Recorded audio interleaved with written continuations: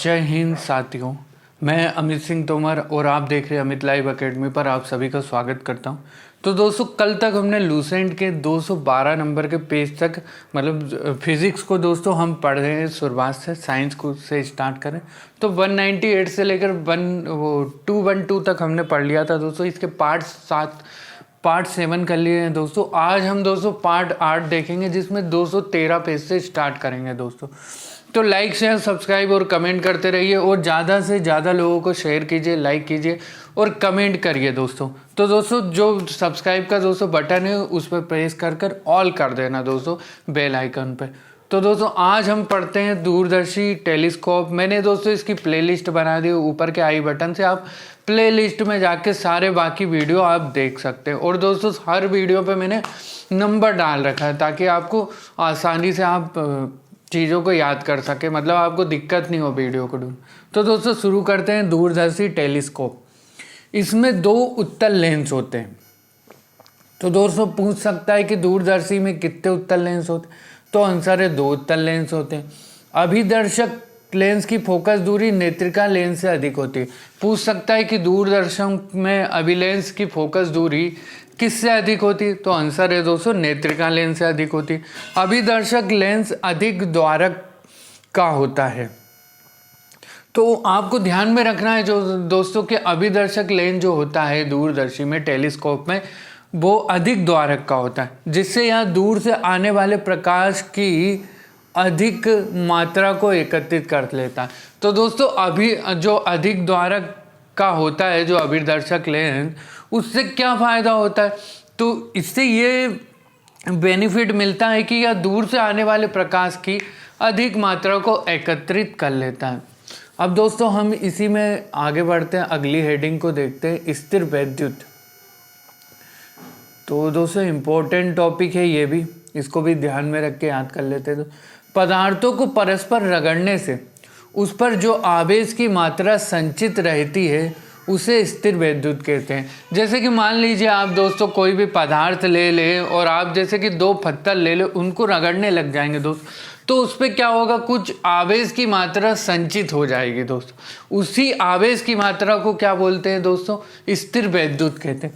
तो दोस्तों, आप क्या है इसको एग्जाम्पल की मदद से समझ लेना, कुछ भी मतलब आपकी निजी लाइफ में एग्जाम्पल कर लेना तो आपको चीज़ें याद हो जाएंगे दोस्तों। अब इसमें दोस्तों एक वैज्ञानिक है बेंजामिन फ्रैंकलिन ने 2 प्रकार के आवेशों को धनात्मक आवेश व ऋणात्मक आवेश नाम दिया। तो दोस्तों, ये जो हम पत्थर को जैसे हमने रगड़ा था दोस्तों, तो इसमें क्या है, कुछ आवेश आ गए थे दोनों पत्थर में, एग्जाम्पल लिया था हमने। तो इन जो दोनों आवेश को दोस्तों क्या नाम दिया बेंजामिन फ्रैंकलिन जी, दोस्तों ये साइंटिस्ट थे, इन्हें ना दोस्तों दोनों को, एक को दोस्तों पॉजिटिव दे दिया और एक को नेगेटिव, यानी धनात्मक आवेश बना दिया एक को, और दूसरे को ऋणात्मक आवेश नाम दे दिया। फिर अब दोस्तों आगे बढ़ते कि समान प्रकार के, अर्थात धन धन या ऋण ऋण, जैसे कि समान प्रकार के दोस्तों आवेश रहेंगे, जैसे कि धन धन हो गया और ऋण ऋण, है ना। तो समान प्रकार के आवेश परस्पर प्रतिकर्षित करते तथा विपरीत प्रकार के आवेश परस्पर आकर्षित करते। क्वेश्चन दोस्तों इंपॉर्टेंट है, पूछ सकता है कि समान प्रकार के आवेश परस्पर क्या करते हैं, तो आंसर है दोस्तों ये प्रतिकर्षित करते हैं, रिफ्लेक्ट करते हैं, एक दूसरे को प्रतिकर्षित करते हैं। और विपरीत प्रकार के आवेश जो दोस्तों है वो क्या करते हैं, अट्रैक्ट करते हैं, है ना। तो आपको ध्यान में रखना है दोस्तों, क्वेश्चन वो कहीं से भी पूछ सकता है।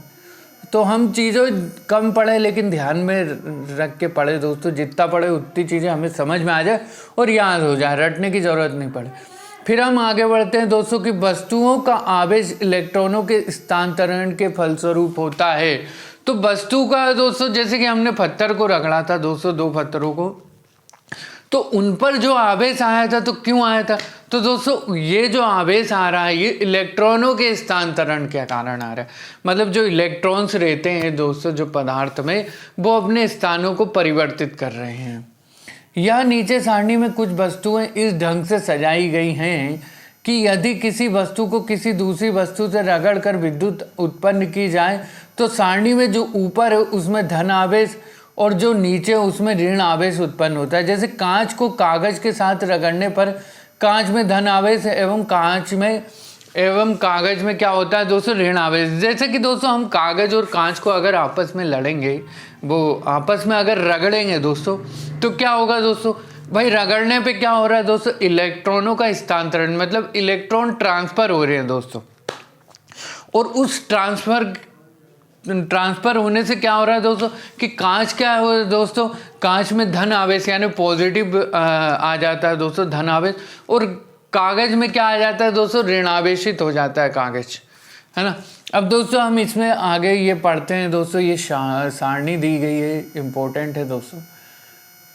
तो सारणी है दोस्तों, रोआ हो गया, फलानेल हो गया, सारणी में चपड़ा, मोम, कांच, कागज, रेशम, मानव शरीर। जैसे कि दोस्तों हमने वहाँ पे अभी एक एग्जाम्पल देखा था कि कांच और कागज को जब हम रगड़ रहे थे दोस्तों, तो कांच में क्या हो रहा था, धनावेश हो रहा था। क्या हो रहा था दोस्तों कांच में, ये जैसे कि कांच है दोस्तों, है ना, ये रहा कांच, और कांच में दोस्तों ये प्लस कर दिया मैंने, और कागज में दोस्तों ये माइनस। तो दोस्तों इसी प्रकार से वैसे ही रोआ और फलानेल में भी दोस्तों यही होगा, रोआ प्लस हो जाएगा, फलानेल माइनस हो जाएगा। चपड़ा मोम में भी दोस्तों यही होगा कि चपड़ा प्लस हो जाएगा और मोम माइनस हो जाएगा। वैसे ही दोस्तों रेशम और मानव शरीर में भी होगा कि रेशम प्लस हो जाएगा, मानव शरीर नेगेटिव हो जाएगा। लकड़ी धातु में भी यही प्रक्रिया होगी भाई, लकड़ी प्लस और धातु माइनस। वैसे ही रबर और रेजिन में भी यही प्रक्रिया होगी दोस्तों, रबर क्या हो जाएगी दोस्तों, प्लस हो जाएगी और रेजिन माइनस हो जाएगी।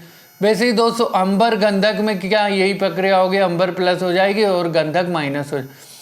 अब एवोनाइट में दोस्तों यही प्रक्रिया होगी कि एवोनाइट जो है प्लस हो जाएगा और घाटा पार्चा जो है माइनस हो जाएगा। अब हम इसी में दोस्तों आगे बढ़ते हैं कि आगे क्या क्या है दोस्तों, इंपॉर्टेंट चीज़ है दोस्तों, ध्यान में रखना। क्वेश्चन वो आपको दोस्तों कहीं से भी पूछ सकता है, मतलब आप जितना भी पढ़े बस ध्यान में रख के पढ़े। अब है दोस्तों आवेश का पृष्ठ घनत्व यानी सरफेस डेंसिटी ऑफ चार्ज। आवेश का जो पृष्ठ घनत्व क्या होता है पूछ सकता है डेफिनेशन। तो आंसर है दोस्तों चालक के इकाई क्षेत्रफल स्थित आवेश की मात्रा को उस आवेश का पृष्ठ घनत्व कहते हैं। डेफिनेशन दोस्तों ध्यान में रखना कि चालक के इकाई क्षेत्रफल, जैसे कि दोस्तों ये चालक के इकाई क्षेत्रफल पर, ये यहाँ पर ये इकाई क्षेत्रफल पर मान लिया हमने यहाँ पर स्थित आवेश की मात्रा। तो यहाँ पर दोस्तों क्या है, ये स्थित आवेश है, जैसे प्लस प्लस है ना, प्लस प्लस आवेश जैसे कि यहाँ पे स्थित है, उस आवेश का क्या बोलते हैं दोस्तों, पृष्ठ घनत्व तो कहते हैं। जैसे कि दोस्तों ये पूरा पदार्थ है, पूरे पदार्थ में इस एरिया पे यहाँ पे ये प्लस प्लस आवेश है दोस्तों, तो ये क्या कहलाएगा दोस्तों, उस आवेश का पृष्ठ घनत्व कहलाएगा, है ना, उस आवेश का पृष्ठ घनत्व कहलाएगा। इंपॉर्टेंट चीज याद रख लेना। चालक का पृष्ठ घनत्व चालक के आकार एवं चालक के समीप स्थित अन्य चालक या विद्युत रोधी पदार्थों पर निर्भर करता है। तो दोस्तों चालक का जैसे कि जो पृष्ठ घनत्व है ना, वो दोस्तों चालक के आकार, मतलब जैसे कि ये कितने मतलब इसका द्रव्यमान कितना, मान लेते कि ये वो 20 सेंटीमीटर का है, 30 सेंटीमीटर का, तो इसी प्रकार से आवेश भी बढ़ेगा घटेगा इस प्रकार से। और दोस्तों अगर चालक के समीप स्थित अन्य चालक जैसे कि यहाँ पे कोई रखा है या विद्युत रोधी पदार्थों पर निर्भर करता है। अब दोस्तों आगे बढ़ते हैं कि पृष्ठ घनत्व तो सबसे अधिक चालक के नुकीले भाग पर होता है। पूछ सकता है क्वेश्चन देके कि पृष्ठ घनत्व तो सबसे अधिक चालक के किस भाग पर होता है। तो आंसर है दोस्तों पृष्ठ घनत्व है जो सबसे अधिक नुकीले भाग पर होता है, क्योंकि नुकीले भाग का क्षेत्रफल क्या होता है दोस्तों, कम होता है। तो अगर क्षेत्रफल कम होगा तो वहाँ पे घनत्व तो अधिक होगा ही होगा, नॉर्मल सी बात है दोस्तों। अब हम दोस्तों आगे बढ़ते हैं इसी में कि चालक यानी कि कंडक्टर किसको बोलते हैं। इंपॉर्टेंट चीज़ पूछ सकता है कंडक्टर, है ना, चालक। तो जिन पदार्थों से होकर विद्युत आवेश सरलता से प्रवाहित हो जाता है उन्हें चालक कहते हैं। जैसे कि दोस्तों आप किसी भी वस्तु, जैसे कि मान लेते हैं हम यहाँ पे एग्जांपल दिया है चांदी, तांबा, एल्यूमिनियम। तो दोस्तों चांदी क्या होता है, गुड कंडक्टर ऑफ इलेक्ट्रिसिटी बोला जाता है चांदी को, है ना। तो जब भी जैसे कि आप चांदी में अगर इलेक्ट्रिसिटी लगाएंगे तो उससे आवेश मतलब आवेश प्रवाहित होता है सरलता से, आसानी से, मतलब कोई भी उसको दिक्कत नहीं होती, इलेक्ट्रिसिटी कंटिन्यूस प्रवाहित होती है, तो इसे क्या बोलते हैं दोस्तों? चालक कहते हैं। चांदी सबसे अच्छा चालक है, दूसरा स्थान दोस्तों तांबे का। क्वेश्चन पूछ सकता है कि सबसे अच्छा चालक कौन सा है, ऑप्शन दे देगा चांदी, तांबा, एल्यूमिनियम, लोहा। तो आपको ध्यान में रखना चांदी जो है सबसे बेस्ट चालक है दोस्तों, सबसे अच्छा चालक। और दोस्तों एक और क्वेश्चन पूछ सकता है कि दूसरा सबसे अच्छा चालक कौन सा है, चांदी, तांबा, एल्यूमिनियम, लोहा। तो आंसर है दोस्तों तांबा जो है दूसरा सबसे अच्छा चालक है। फिर है दोस्तों एक नोट है कि नोट ये है दोस्तों कि तड़ित चालक का आविष्कार बेंजामिन फ्रैंकलिन ने किया, यह तांबे का बना होता है। क्वेश्चन दोस्तों दे सकता है कि तड़ित चालक का आविष्कार किसने किया, तो आंसर है दोस्तों बेंजामिन फ्रैंकलिन ने किया था। इंपॉर्टेंट चीज याद रखना दोस्तों, बेंजामिन फ्रैंकलिन ने किया था। यह तांबे का बना होता है। पूछ सकता है कि तड़ित चालक किसका बना होता है, एल्यूमिनियम दे सकता है ऑप्शन में, लोहा दे सकता है, तांबा दे सकता है ना, या जिंक दे सकता है। तो आप दोस्तों कंफ्यूज हो जाएंगे, क्योंकि अगर आप ध्यान से नहीं पढ़ेंगे तो आप कंफ्यूज हो जाएंगे दोस्तों। ये तांबे का बना होता है, बेंजामिन फ्रैंकलिन ने इसका आविष्कार किया था। फिर आता है दोस्तों अचालक, यानी कि नॉन कंडक्टर। दोस्तों इनसे एक एक क्वेश्चन आ जाते हैं, तो आप ध्यान से पढ़ना दोस्तों इसको। जिन पदार्थों से होकर आवेश का प्रवाह नहीं होता है उन्हें अचालक कहते हैं, जैसे कि लकड़ी हो गया, रबर हो गया, कागज हो गया आदि।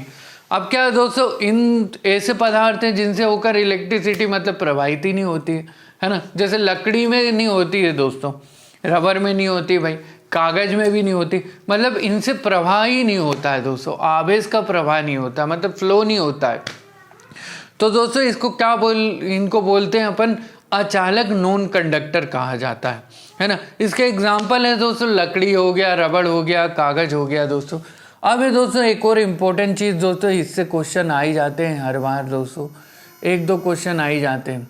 ये है दोस्तों कूलाम का नियम है, कोलंबस लॉ।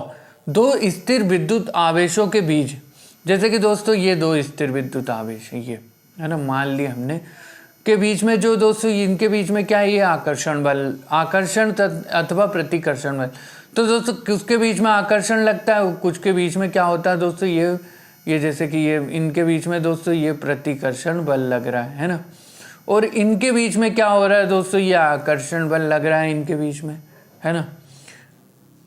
प्रतिकर्षण बल दोनों आवेश की मात्राओं के, तो दोस्तों दोनों आवेश की जो मात्राओं के जो दोस्तों गुणनफल के अनुक्रमानुपाती एवं उनके बीच की दूरी के वर्ग के व्युत्क्रमानुपाती होता है। जैसे कि मान लेते हैं दोस्तों ये कोई d दूरी है, हमने d दूरी मान ली है दोस्तों, और इसमें दोस्तों आवेश को क्या मान लिया हमने, R1 और R2 मान लिया दोस्तों। तो इनका गुणनफल दोस्तों व्युत्क्रमानुपाती होता है ना, तथा यह बल दोनों आवेशों को मिलाने वाली रेखा के अनुदिश होता है। तो दोस्तों आप समझ लेना, बहुत इंपॉर्टेंट चीज़ है दोस्तों कोलंबस लॉ। अब दोस्तों इसके एग्जाम्पल भी हैं दोस्तों। अभी तो दोस्तों हम आगे बढ़ते हैं इसी में कोलंबस लॉ में। इसमें दोस्तों क्या है, इसमें विद्युत क्षेत्र के बारे में पढ़ते हैं दोस्तों। इलेक्ट्रिक फील्ड के बारे में पढ़ते हैं कि किसी आवेश या आवेशित वस्तु के चारों ओर का स्थान जहां तक उसके प्रभाव का अनुभव किया जा सके विद्युत क्षेत्र कहलाता है। क्वेश्चन पूछ सकता है कि विद्युत क्षेत्र इलेक्ट्रिक फील्ड किसे कहते हैं, 3 नंबर में ये क्वेश्चन आ सकता है दोस्तों मेंस में। तो इसका आंसर है दोस्तों किसी आवेश या आवेशित वस्तु के चारों ओर। जैसे कि कोई आवेश या आवेशित वस्तु रखी हुई है, मान लेते हैं दोस्तों कागज नहीं दोस्तों, कांच मान लेते हैं, ये आवेशित कांच रखा हुआ, तो इसके चारों ओर जहाँ तक उसके प्रभाव का अनुभव किया जाएगा, जो आवेश का दोस्तों प्रभाव का जहाँ तक अनुभव किया जाएगा उससे क्या बोलेंगे दोस्तों, विद्युत क्षेत्र कहलाता है वो दोस्तों। फिर हम दोस्तों इसमें आगे बढ़ते हैं कि विद्युत क्षेत्र की तीव्रता यानी इंटेंसिटी ऑफ इलेक्ट्रिक फील्ड किसको बोलते हैं। तो विद्युत क्षेत्र में किसी बिंदु पर स्थित एकांक धन आवेश पर दोस्तों विद्युत क्षेत्र में किसी बिंदु पर एकांक धन आवेश पर, जैसे कि दोस्तों विद्युत क्षेत्र है, इसमें ये दोस्तों किसी बिंदु पर, ये जैसे कि मान लिया दोस्तों ये बिंदु है, ये बिंदु है दोस्तों, ये रहा है ना। इस बिंदु पर क्या होता है दोस्तों, एकांक धन आवेश पर क्रियाशील बल को विद्युत क्षेत्र की तीव्रता कहते हैं। एकांक दोस्तों धन आवेश पर, ये धन आवेश पर जैसे कि है, तो इस पर जो भी दोस्तों क्रियाशील बल को क्या बोलेंगे दोस्तों, जो भी इस पर क्रियाशील बल लग रहा है उसको विद्युत क्षेत्र की तीव्रता कहते हैं। अब इसी में दोस्तों आगे बढ़ते हैं कि खोखले चालक के विद्युत क्षेत्र के बारे में हम पढ़ लेते हैं कि ये इसमें क्या क्या होता है दोस्तों। तो किसी भी खोखले चालक के अंदर विद्युत क्षेत्र क्या होता है, शून्य होता है। क्वेश्चन पूछ सकता है कि खोखले चालक के अंदर विद्युत क्षेत्र क्या होता है, धनात्मक होता है, ऋणात्मक होता है, शून्य होता है या 2.5 होता है। तो आंसर है दोस्तों खोखले चालक के अंदर विद्युत आवेश क्या होता है, शून्य हो जाता है। इंपॉर्टेंट चीज याद रख लेना, खोखले चालक में दोस्तों कोई भी, जैसे कि आप एक डब्बा ले लेंगे या कोई भी जो खाली चीज है उसमें क्या होगा दोस्तों, जो आवेश होगा वो विद्युत क्षेत्र क्या होगा दोस्तों, शून्य होगा। यदि ऐसे चालक को आवेशित किया जाए तो संपूर्ण आवेश उसके बाहरी पृष्ठ पर ही रहता है ना दोस्तों। जब हम चालक को आवेशित करते, जैसे कि आप खाली डब्बा मान ले दोस्तों, किचन में आपके खाली डब्बा रहता, उस पर अगर आपने इलेक्ट्रिसिटी लगा दिया तो दोस्तों बाहरी पृष्ठ पे तो आवेश रहेगा, लेकिन जो उसके अंदर जो खाली उस पर आवेश क्या रहेगा, शून्य रहेगा, सिर्फ बाहर के पृष्ठ पे रहेगा। अतः खोखला गोला एक विद्युत परिरक्षक यानी इलेक्ट्रोस्टैटिक शील्ड का कार्य करता है। क्वेश्चन पूछ सकता है कि खोखला गोला किसकी तरह कार्य करता है, तो इसका आंसर है दोस्तों विद्युत परिरक्षक की तरह कार्य करता है, यानी कि इलेक्ट्रोस्टैटिक शील्ड की तरह कार्य करता है। इंपॉर्टेंट चीज याद रख लेना दोस्तों। फिर आता है दोस्तों, यही कारण है कि यदि किसी कार पर तड़ित विद्युत गिर जाए तो कार के अंदर बैठे व्यक्ति पूर्ण सुरक्षित रहता है। क्वेश्चन दोस्तों कई बार आ चुका है, ये वाला क्वेश्चन दोस्तों मैं यहाँ पे लिख देता हूँ, जैसे कि मैं दोस्तों यहाँ पे क्वेश्चन लिख देता हूँ। पूछता है कि दोस्तों क्वेश्चन में पूछता है कि किसी कार पर अगर तड़ित विद्युत गिर जाए तो कार के अंदर बैठा व्यक्ति क्यों सुरक्षित रहता है, तो इसका आंसर है दोस्तों कार पर बैठा व्यक्ति सुरक्षित रहता है क्योंकि कार के अंदर जो विद्युत आवेश शून्य हो जाता है लेकिन पृष्ठ पर तो आवेश रहता है। उसका कारण है क्योंकि कार भी क्या होती है दोस्तों, खोखली होती है, ठोस नहीं होती। तड़ित से प्राप्त विद्युत आवेश कार की बाहरी सतह पर ही रहता है। तड़ित से जो भी विद्युत आवेश प्राप्त होगा वो दोस्तों कहाँ पर रहता है, पूछ सकता है क्वेश्चन, तो ये बाहरी सतह पर ही रहता है दोस्तों। जैसा कि हमने अभी खोखले पदार्थ में, खोखले चालक में देखा था दोस्तों। अब दोस्तों आगे बढ़ते हैं, इसमें विद्युत प्रभाव क्या है, यानी इलेक्ट्रिक पोटेंशियल किसको बोलते हैं दोस्तों, तो किसी धनात्मक आवेश को अनंत से विद्युत क्षेत्र के किसी बिंदु तक लाने में किए गए कार्य कैपिटल W एवं आवेश Q नोट के अनुपात यानी रेशियो को उस बिंदु का विद्युत विभव कहा जाता है। जैसे कि दोस्तों कोई भी विद्युत विभव पूछ सकता है कि विद्युत विभव किसको कहते हैं, इलेक्ट्रिक पोटेंशियल किसे कहते हैं।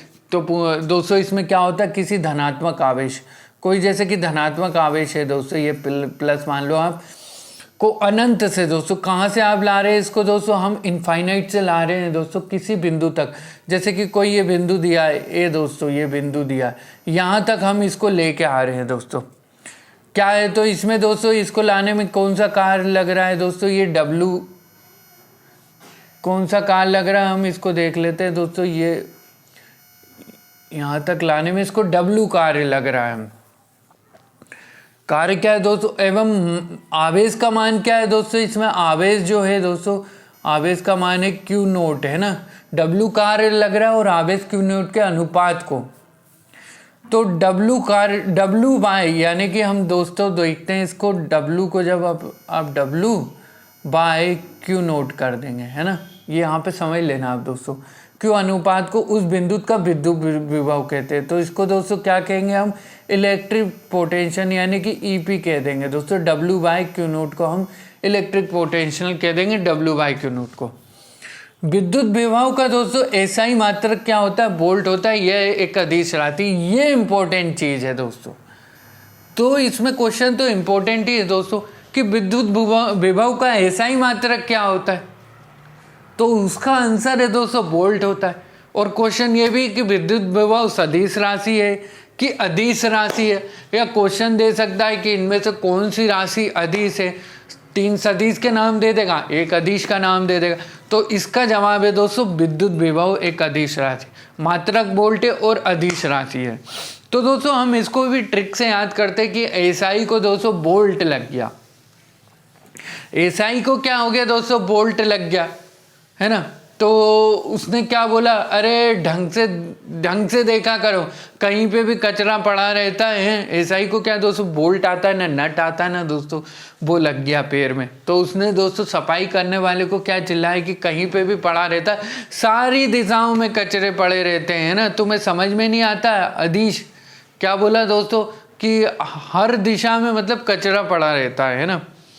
तो हम दोस्तों इसको ऐसे याद रखते हैं कि एसआई को बोल्ट लग गया दोस्तों पैर में, तो उसने क्या बोला, अदीस को चिल्लाया कि अदीस जरा ढंग से सफाई करो, बोल्ट लग गया मेरे को। एसआई को बोल्ट लगा, है ना, और उसने अदीस को चिल्लाया दोस्तों।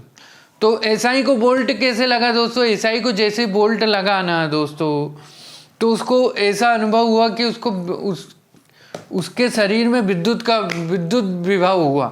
क्या हुआ दोस्तों, विद्युत विभव हुआ। इसको दोस्तों ट्रिक से याद करते ताकि हमको क्या है, ये 1-2 नंबर के क्वेश्चन आ जाते हैं दोस्तों कि एसआई को जैसे ही पैर में बोल्ट लगा तो उसको विद्युत विभव हुआ, तो उसने अदीस को चिल्लाया। एसआई को जैसे ही पैर में बोल्ट लगा तो उसको क्या हुआ दोस्तों, विद्युत विभव। तो दोस्तों ये आप स्टोरी याद रख लेना दोस्तों कि एसआई को जैसे ही बोल्ट लगा तो उसको विद्युत विभव हुआ और उसने अदीस को चिल्लाया, है ना। बस इतना याद रख लेना कि विद्युत विभव का एसआई मात्रक बोल्ट होता है और अदीस राशि है विद्युत विभव। अब हम दोस्तों इसमें आगे बढ़ते हैं दोस्तों। ये भी इम्पोर्टेंट क्वेश्चन है, विभवांतर है, जिसको कि बोलते हैं दोस्तों पोटेंशियल डिफरेंस। एक कूलाम धनात्मक आवेश को विद्युत क्षेत्र में, एक कूलाम धनात्मक आवेश को विद्युत क्षेत्र में एक बिंदु से दूसरे बिंदु तक ले जाने में किए गए कार्य को इन बिंदुओं के मध्य विभवांतर कहते हैं। विभवांतर का एसआई मात्रक क्या है, वोल्ट है, और यह एक अदिश राशि। तो दोस्तों ये भी विद्युत विभव के ही समान है विभवांतर, है ना। क्या हो रहा है दोस्तों, इसका भी एसआई मात्रक वोल्ट हो रहा है, इसका भी मात्रक वोल्ट हो रहा है, और ये भी एक दोस्तों अदिश राशि। तो विद्युत विभव और विभवांतर दोनों क्या है, अदिश राशि, दोनों एक ही फील्ड से जुड़ी हुई है। कि इसको दोस्तों डेफिनेशन पूछ सकता है कि एक कूलाम धनात्मक आवेश को विद्युत क्षेत्र में एक बिंदु से दूसरे बिंदु तक ले जाने में किए गए कार्य को क्या कहते हैं। तो आंसर है दोस्तों उन बिंदुओं के मध्य विभवांतर कहते हैं। एक कूलाम आवेश को, एक कूलाम धनात्मक आवेश को विद्युत क्षेत्र में एक बिंदु से दूसरे बिंदु तक, जैसे कि दोस्तों ये 2 बिंदु हैं, ये यहाँ पे हैं 2 बिंदु दोस्तों। इस बिंदु तो एक कूलाम आवेश को दोस्तों आप क्या कर रहे हैं, इस विद्युत क्षेत्र में एक बिंदु से दूसरे बिंदु तक ले जा रहे हैं। तो जो किए गए कार्य को क्या बोलते हैं, बिंदुओं के मध्य दोस्तों विभवांतर कहते हैं, मध्य विभवांतर कहते हैं। इसका मात्रक वोल्ट होता है, ये एक अदिश राशि। अब दोस्तों हम इसी में आगे बढ़ते हैं कि विद्युत धारिता यानी कि इलेक्ट्रिक कैपेसिटी किसको कहा जाता है। इंपॉर्टेंट चीज याद रख लेना दोस्तों। तो किसी चालक की धारिता C, कोई चालक है दोस्तों, उसकी धारिता क्या है, कैपिटल C मान ली। चालक को दिए गए आवेश कैपिटल Q तथा उसके कारण चालक के विभव में होने वाले परिवर्तन कैपिटल V के अनुपात को कहते हैं विद्युत धारिता दोस्तों, इसी को कहते हैं। और विद्युत धारिता का एसआई मात्रक क्या होता है दोस्तों, फैराडे। इंपॉर्टेंट चीज याद रख लेना दोस्तों क्योंकि ये क्वेश्चन आ ही जाते हैं। विद्युत धारिता का पूछ सकता है कि एसआई मात्रक क्या है दोस्तों, तो इसका एसआई मात्रक है दोस्तों फैराडे। तो हम इसको दोस्तों याद कर लेते हैं कि विद्युत धारिता का एसआई मात्रक क्या है। तो विद्युत और दोस्तों धारा, विद्युत को क्या है दोस्तों, एसआई ने बोला कि अब तो तेरे को धरूंगा, और एक फर्राटेदार एक तमाचा मारा। क्या है दोस्तों, विद्युत क्या है दोस्तों, बदमाशी कर रहा था, मतलब कि किसी को मार कूट रहा था। उसकी गलती नहीं थी, लेकिन फिर भी उस मार कूट रहा था, काफ़ी उसने मार दिया था किसी को दोस्तों। तो एसआई ने क्या बोला दोस्तों विद्युत से कि अब विद्युत से बोला, वो विद्युत दोस्तों मतलब मुँह जोरी भी कर रहा था। तो एसआई ने विद्युत को बोला अब तो तेरे को धरूंगा बेटा, चल। विद्युत को बोला, क्या बोला दोस्तों, विद्युत अब तो तेरे को धरूंगा, यानी कि विद्युत धारिता एसआई ने कहा। और एसआई दोस्तों क्या है, और एक फर्राटेदार तमाचा मारा। फर्राटे यानी कि फेराडे, विद्युत धारिता का एसआई मात्रक क्या है दोस्तों, फेराडे है ना दोस्तों। याद रख लेना कि विद्युत को एसआई ने धरा और कहा कि अब तो तेरे को फर्राटेदार एक तमाचा मारे, यानी कि फेराडे एसआई मात्रक विद्युत धारिता का। अबे दोस्तों इसमें विद्युत धारिता में क्वेश्चन पूछ सकता है डेफिनेशन देकर कि किसी चालक की धारिता कैपिटल सी को दिए गए आवेश Q तथा उसके कारण चालक के विभव में होने वाले परिवर्तन कैपिटल D के अनुपात को क्या कहते हैं। तो आंसर है दोस्तों विद्युत धारिता कहते हैं।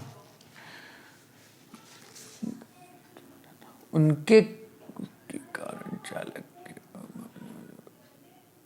अबे दोस्तों हम आगे बढ़ते हैं, विद्युत सेल।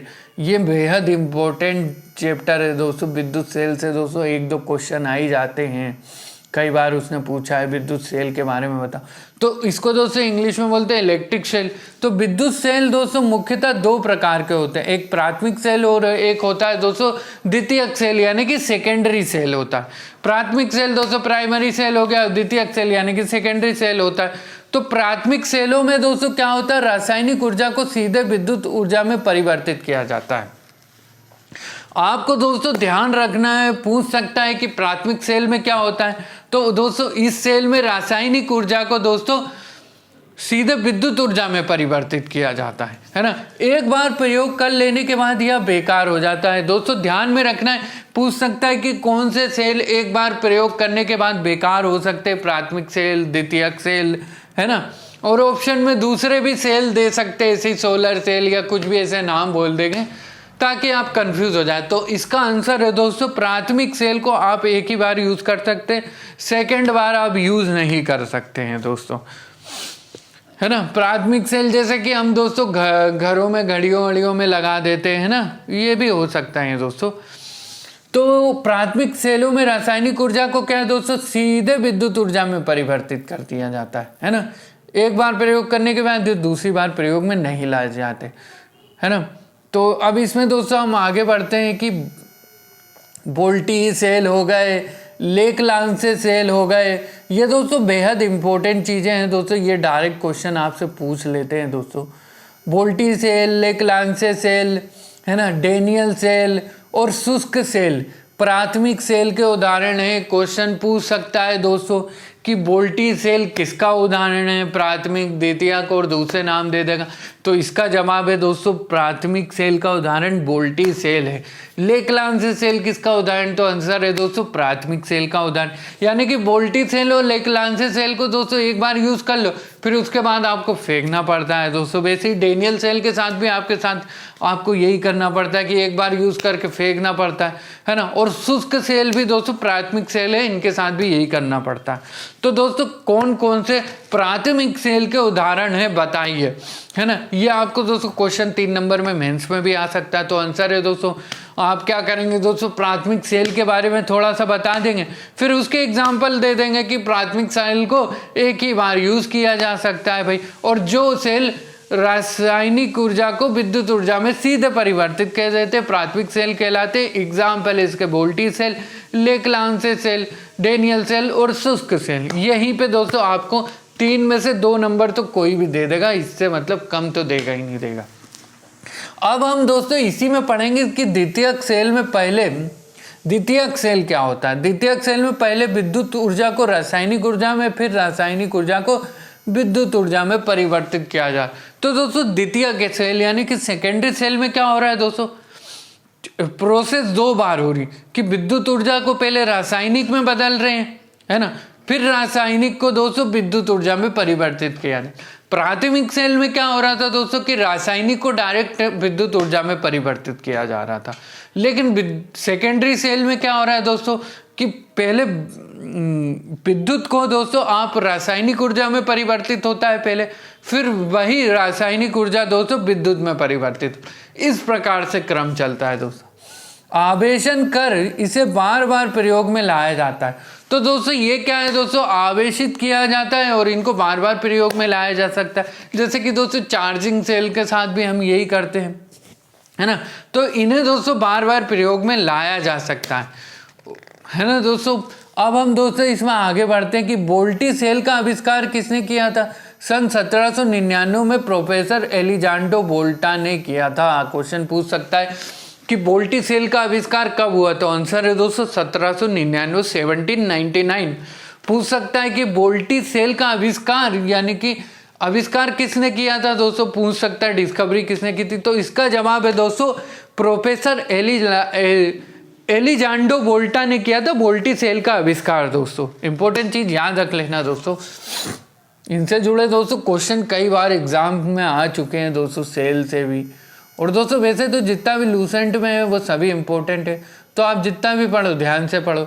इसीलिए दोस्तों मैं आपको 2-2 पेज पढ़ाता हूँ दोस्तों। अभी मैं दोस्तों लूसेंट ऑब्जेक्टिव पे भी वीडियो डाल दूंगा, उसकी प्लेलिस्ट बना दूंगा। तो दोस्तों आप जाके उस प्लेलिस्ट में इस थ्योरी को पढ़ते जाएं और वहीं पे ऑब्जेक्टिव भी लगाते जाएं मेरे साथ साथ, ताकि आपको चीज़ें पूरी तरीके से याद हो जाएंगी दोस्तों। मतलब आपको फिर उसके बाद दोस्तों मैं स्पीडी लेके आऊँगा, प्लेटफॉर्म की बुक लेके आऊँगा, घटना चक्र पे लेके आऊँगा दोस्तों। सारे जितने भी दोस्तों प्रीवियस ईयर के क्वेश्चन है वो आपके सारे हो जाएंगे दोस्तों। लेकलान से सेल का प्रयोग वहाँ किया जाता है जहाँ रुक रुक कर थोड़े समय के लिए विद्युत धारा की आवश्यकता होती है, जैसे कि विद्युत घंटी हो गया दोस्तों, टेलीफोन हो गया। तो इम्पोर्टेंट चीज़ दोस्तों पूछ सकता है कि लेकलान से कौन से प्रकार का सेल है, तो आंसर है दोस्तों लेकलान से जो है दोस्तों प्राथमिकी सेल है दोस्तों, है ना। जैसा कि हमने ऊपर पढ़ाई था दोस्तों, आपको बता देता हूँ तो आपको ध्यान हो जाए, है ना, कि लेकलान से दोस्तों ये देखिए दोस्तों, लेकलान से कौन सा सेल है, प्राथमिक सेल ही है। अब दोस्तों लेकलान से का प्रयोग हम कहाँ कर रहे हैं, जहाँ पर क्या हो रहा है भाई, रुक रुक के विद्युत का प्रवाह किया जाता है। जैसे कि दोस्तों आपने विद्युत घंटी देखी होगी दोस्तों, स्कूलों में लगी रहती है विद्युत घंटी। तो उसमें क्या होता है दोस्तों, हर परेड के बाद में घंटी बजाई जाती है, तो वहाँ पे लेकलान से सेल का प्रयोग किया जा सकता है। क्वेश्चन ऐसे भी पूछ सकता है कि स्कूल में लगी है विद्युत घंटी, हर परेड के बाद बजती है, तो उसमें इस विद्युत घंटी में कौन सा सेल लगाया जाता है। ऑप्शन दे सकता है डेनियल सेल, वोल्टी सेल, शुष्क सेल, लेकलान से सेल। तो आप दोस्तों कंफ्यूज हो जाएंगे कि क्योंकि सारे एग्जाम्पल क्या प्राथमिक सेल के ही है ना। तो हमको ध्यान में रखना है कि क्या हो रहा है यहाँ पर, रुक रुक कर विद्युत का प्रवाह हो रहा है, मतलब कि 1 घंटे बाद बेल बजाई, फिर 1-2 घंटे बाद बेल बजाई। इसका मतलब कि लेकलांसे का प्रयोग हो रहा है भाई, लेकलांसे का प्रयोग वहीं किया जाता है। फिर है दोस्तों, अब इसके एग्जाम्पल दोस्तों हमने देखा ही है, जैसे कि अभी विद्युत घंटी और दोस्तों टेलीफोन। तो दोस्तों टेलीफोन में भी हमेशा थोड़ी ना आप बात करते रहते हैं, तो रुक रुक के मतलब कि भाई एक बार फ़ोन आ गया किसी का 1 घंटे पहले, फिर उसका फ़ोन आएगा करीब 5-6 घंटे बाद किसी दूसरे का, तो वहाँ पे भी हमें रुकने की ज़रूरत पड़ती है, मतलब कि हम लेकलांसे का सेल यूज़ कर लेंगे दोस्तों। अब इसमें दोस्तों आगे बढ़ते हैं, एक सारणी दी है हमको दोस्तों, सारणी में दोस्तों कुछ चीज़ें दी हैं, उनको दोस्तों ध्यान में रख लेते हैं, याद कर लेते हैं सारणी को थोड़ा सा दोस्तों। अगर आपको छोटा दिखे ना यहाँ पर, तो आप इसको दोस्तों 240 में देख लेना, क्योंकि दोस्तों ये टेबल पूरी हो नहीं पाएगी, इसलिए मेरे को इसको छोटा करना पड़ेगा दोस्तों। अब दोस्तों यहाँ पे कुछ सेलों का संक्षिप्त विवरण दिया गया, उनको हम दोस्तों देख लेते हैं, उन सेलों को दोस्तों देख लेते हैं कि ये दोस्तों सेल कौन कौन से।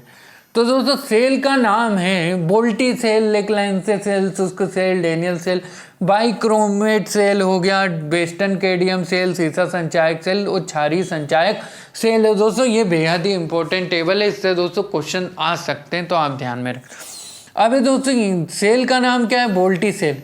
और धनोद यानी कि एनोड किसका होता है, वोल्टी सेल में एनोड धनोद किसका हो सकता है दोस्तों। हिंदी में आकर आपको उसने धनोद दे दिया ना, तो आप कंफ्यूजन हो जाएंगे कि ये क्या होता है। तो धनोद यानी कि होता है दोस्तों एनोड विद्युत। वोल्टी सेल में धनोद किसका होता है, एनोड किसका होता है, तो आंसर है दोस्तों इसका तांबे का होता है। फिर है दोस्तों ऋणोद यानी कि कैथोड किसका होता है, वोल्टी सेल में क्वेश्चन दे के पूछ सकता है, तो आंसर है दोस्तों कैथोड जो होता है वोल्टी सेल में जस्ते का होता है, आपको ध्यान में रख। विद्युत अपघट्ट यानी कि इलेक्ट्रोलाइट, तो इसमें दोस्तों वोल्टी सेल में विद्युत अपघट्ट कौन सा होता है, इलेक्ट्रोलाइट कौन सा होता है, तो दोस्तों वो होता है तनु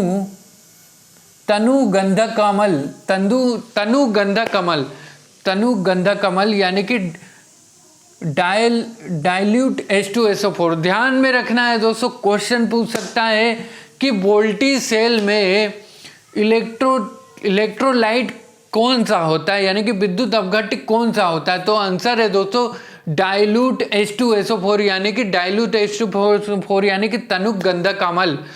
फिर है दोस्तों विद्रुवक यानी कि डीपोलराइज कौन सा होता है दोस्तों, तो नहीं होता है। फिर है दोस्तों विद्युत वाहक बल वोल्ट यानी कि EMF इलेक्ट्रिक मैग्नेटिक फोर्स कितना होता है वोल्टी सेल में, तो आंसर है दोस्तों 1.08। फिर है दोस्तों आंतरिक प्रतिरोध यानी कि ओम कितना होता है दोस्तों, वोल्टी सेल में आंतरिक प्रतिरोध कितना होता है दोस्तों, 2 से 4 ओम होता है। फिर आते हैं दोस्तों सेकंड में, हम लेक लांसे सेल के बारे में देखते हैं दोस्तों कि लेक लांसे सेल में पूछ सकता है क्वेश्चन देखिए कि धनोद यानी कि एनोड किसका होता है दोस्तों, तो आंसर है दोस्तों एनोड जो होता है इसमें कार्बन का होता है। फिर पूछ सकता है दोस्तों कैथोड यानी कि ऋणोद किसका होता है, तो आंसर है दोस्तों इसका जवाब है जस्ते का होता है। फिर पूछ सकता है दोस्तों कि लेक लांसे सेल में विद्युत अपघट्ट यानी कि इलेक्ट्रोलाइट कौन सा होता है, तो आंसर है दोस्तों नो सादर का घोल यानी कि NH4Cl।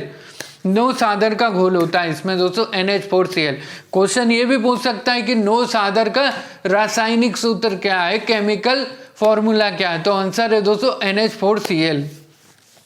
फिर है दोस्तों इसमें कि लेक लांसे सेल में विद्युत विध्रुवक किसका होता है, विध्रुवक कौन सा होता है, डिपोलराइजर कौन सा होता है, तो आंसर है दोस्तों MnO2। वैसे ही दोस्तों विद्युत वाहक बल यानी कि इलेक्ट्रोमैग्नेटिक फोर्स कौन सा होता है दोस्तों, क्या होता है, तो 1.46 इलेक्ट्रोमैग्नेटिक फोर्स होता है दोस्तों लेक लांसे सेल में। फिर ऐसे ही दोस्तों आंतरिक प्रतिरोध क्या होता है दोस्तों लेक लांसे सेल में पूछ सकता है, तो आंसर है दोस्तों 2 से लेकर 4 ओम तक आंतरिक प्रतिरोध। फिर आता है दोस्तों तीसरा वाला यानी कि शुष्क सेल के बारे में हम देख लेते हैं कि शुष्क सेल में एनोड यानी कि धनोद कौन सा होता है, तो आंसर है दोस्तों इसका कार्बन होता है। तो लेक लांसे सेल और शुष्क सेल दोनों में दोस्तों एनोड कौन सा है दोस्तों, धनोद कौन सा है, तो वो कार्बन ही है। फिर है दोस्तों ऋणोद, तो लेक लांसे सेल और शुष्क सेल में दोनों में ऋणोद कौन सा है दोस्तों, जस्ता ही है। दोनों को आप ध्यान में रख लेना दोस्तों। फिर है दोस्तों यहाँ पे दोस्तों डिफरेंस है कि विद्युत अपघट्ट कौन सा होता है दोस्तों, तो लेक लांसे में विद्युत अपघट्ट था दोस्तों NH4Cl यानी कि नो सादर का घोल, और दोस्तों शुष्क सेल में विद्युत अपघट्ट है दोस्तों नो सादर का पेस्ट। याद रखना दोस्तों नो सादर का पेस्ट है। फिर है दोस्तों इसमें विध्रुवक यानी कि डिपोलराइजर कौन सा है दोस्तों, MnO2 है। फिर है दोस्तों इसका विद्युत वाहक बल EMF क्या होता है, तो दोस्तों इसका EMF होता है शुष्क सेल का 1.46। याद रखना दोस्तों सेम लेक लांसे सेल की तरह। और आंतरिक प्रतिरोध कितना होता है दोस्तों शुष्क सेल में, 2 से लेकर 5 ओम तक होता है। अब आता है दोस्तों फोर्थ नंबर पे है डेनियल सेल। तो डेनियल सेल में धनोद यानी कि एनोड कौन सा होता है, तो इसका जवाब है दोस्तों डेनियल सेल में जो धनोद एनोड है वो दोस्तों तांबे का होता है। ऋणोद यानी कि कैथोड कौन सा होता है डेनियल सेल में पूछ सकता है क्वेश्चन, तो ये दोस्तों जस्ते का होता है। फिर दोस्तों पूछ सकता है कि डेनियल सेल में विद्युत अपघट्ट कौन सा मिलाया जाता है, इलेक्ट्रोलाइट, तो इसका जवाब है दोस्तों तनु H2SO4। ध्यान में रख लेना दोस्तों, क्वेश्चन कुछ भी पूछ सकता है, कहीं से भी उठा के क्वेश्चन पूछ सकता है और आपको समझ में नहीं आएगा कि क्वेश्चन कहाँ से पूछा, लेकिन क्वेश्चन यहीं से पूछेगा। तो तनु H2SO4 मिलाया जाता है। तो दोस्तों अगर आपको ऑप्शन नहीं भी समझ में आए और आपने दोस्तों पढ़ रखा है तो 2-3 ऑप्शन तो आप काट ही सकते हो, फिर बचे हुए 2 ऑप्शन में से आप लगा सकते हो। तो दोस्तों विद्युत अपघट्य होता है डेनियल सेल में तनु H2O4 और विध्रुवक यानी कि डिपोलराइजर होता है CuSO4 और फिर विद्युत वाहक बल होता है दोस्तों 1.08 होता है डेनियल सेल में और 2 से 3 आंतरिक प्रतिरोध होता है 2 से 3 ओम। वैसे ही दोस्तों बाइक्रोमेट सेल होता है, इसमें क्या होता है दोस्तों कार्बन का धनोद यानी कि एनोड होता है, फिर जस्ते का दोस्तों ऋणोद होता है कैथोड होता है और तनु H2SO4 जो होता है दोस्तों विद्युत अपघट्य होता है यानी कि इलेक्ट्रोलाइट होता है। वैसे ही दोस्तों विध्रुवक यानी कि डिपोलराइजर कौन सा होता है दोस्तों बाइक्रोमेट सेल में K2Cr2O7 होता है। विद्युत वाहक बल होता है दोस्तों बाइक्रोमेट सेल में 2.0 यानी कि 2 विद्युत वाहक EMF होता है दोस्तों 2 होता है और आंतरिक प्रतिरोध बहुत कम होता है दोस्तों बाइक्रोमेट सेल। फिर आता है दोस्तों वेस्टर्न कैडमियम सेल, इसमें क्या होता है धनोद दोस्तों पारा का होता है, धनोद यानी कि एनोड जो होता है दोस्तों पारा का होता है और कैथोड यानी कि दोस्तों ऋणोद जो होता है वो दोस्तों कैडमियम अमलगम का होता है। इंपॉर्टेंट चीज़ याद रखना दोस्तों, पूछ सकता है कि वेस्टर्न कैडमियम सेल में ऋणोद किसका बना होता है, कैथोड किसका बना होता है, तो आंसर है दोस्तों कैडमियम अमलगम का बना होता है। फिर पूछ सकता है दोस्तों विद्युत अपघट्य किसका होता है भाई वेस्टर्न कैडमियम सेल में, तो आंसर है दोस्तों CdSO4 का घोल का दोस्तों होता है इलेक्ट्रोलाइट विद्युत अपघट्य। फिर पूछ सकता है दोस्तों विध्रुवक किसका होता है, डिपोलराइजर किसका होता है वेस्टर्न कैडमियम सेल में, तो आंसर है दोस्तों Hg2SO4। ध्यान में रखना दोस्तों Hg2SO4। फिर आता है दोस्तों कि विद्युत वाहक बल क्या होता है, किसका दोस्तों विद्युत वाहक बल पूछ रहा है दोस्तों वेस्टर्न कैडमियम सेल का 1.018 होता है और प्रतिरोध होता है दोस्तों इस पे आंतरिक प्रतिरोध 2 ओम लगभग। फिर आता है दोस्तों सीसा संचायक सेल, इंपॉर्टेंट चीज याद रख लेना दोस्तों, सीसा संचायक सेल में धनोद किसका होता है, एनोड किसका होता है, तो आंसर है दोस्तों लेड पेराऑक्साइड का होता है, PbO2 का होता है दोस्तों धनोद यानी कि एनोड जो होता है PbO2 का होता है दोस्तों, लेड पेराऑक्साइड का एनोड होता है। वैसे ही दोस्तों स्पंजी लेड किसका होता है दोस्तों, तो Pb का होता है स्पंजी लेड दोस्तों ऋणोद है जो कि कैथोड में आता है दोस्तों। तो सीसा संचायक सेल में ऋणोद यानी कि कैथोड कौन सा होता है, तो आंसर है दोस्तों स्पंजी लेड यानी Pb होता है। फिर आता है दोस्तों विद्युत अपघट्य कौन सा होता है भाई सीसा संचायक सेल में, तो इसका जवाब है दोस्तों तनु H2SO4 होता है विद्युत अपघट्य। और विध्रुवक यानी कि डिपोलराइजर नहीं होता है दोस्तों सीसा संचायक सेल में और विद्युत वाहक बल दोस्तों 2.2 होता है दोस्तों और आंतरिक प्रतिरोध होता है दोस्तों 0.02 होता है। फिर आता है दोस्तों क्षारीय संचायक सेल या NI-Fe सेल। क्षारीय संचायक सेल में धनोद यानी कि एनोड किसका बना होता है, तो दोस्तों ये बना होता है निकिल हाइड्रोक्साइड यानी कि NiOH थ्राइस। किसका बना होता है दोस्तों धनोद या एनोड किसका बना होता है क्षारीय संचायक सेल में, तो निकिल हाइड्रोक्साइड का बना होता है NiOH थ्राइस। वैसे ही दोस्तों ऋणोद यानी कि कैथोड किसका बना होता है सीसा क्षारीय संचायक सेल में दोस्तों, ये बना होता है दोस्तों लोहे का Fe का बना होता है।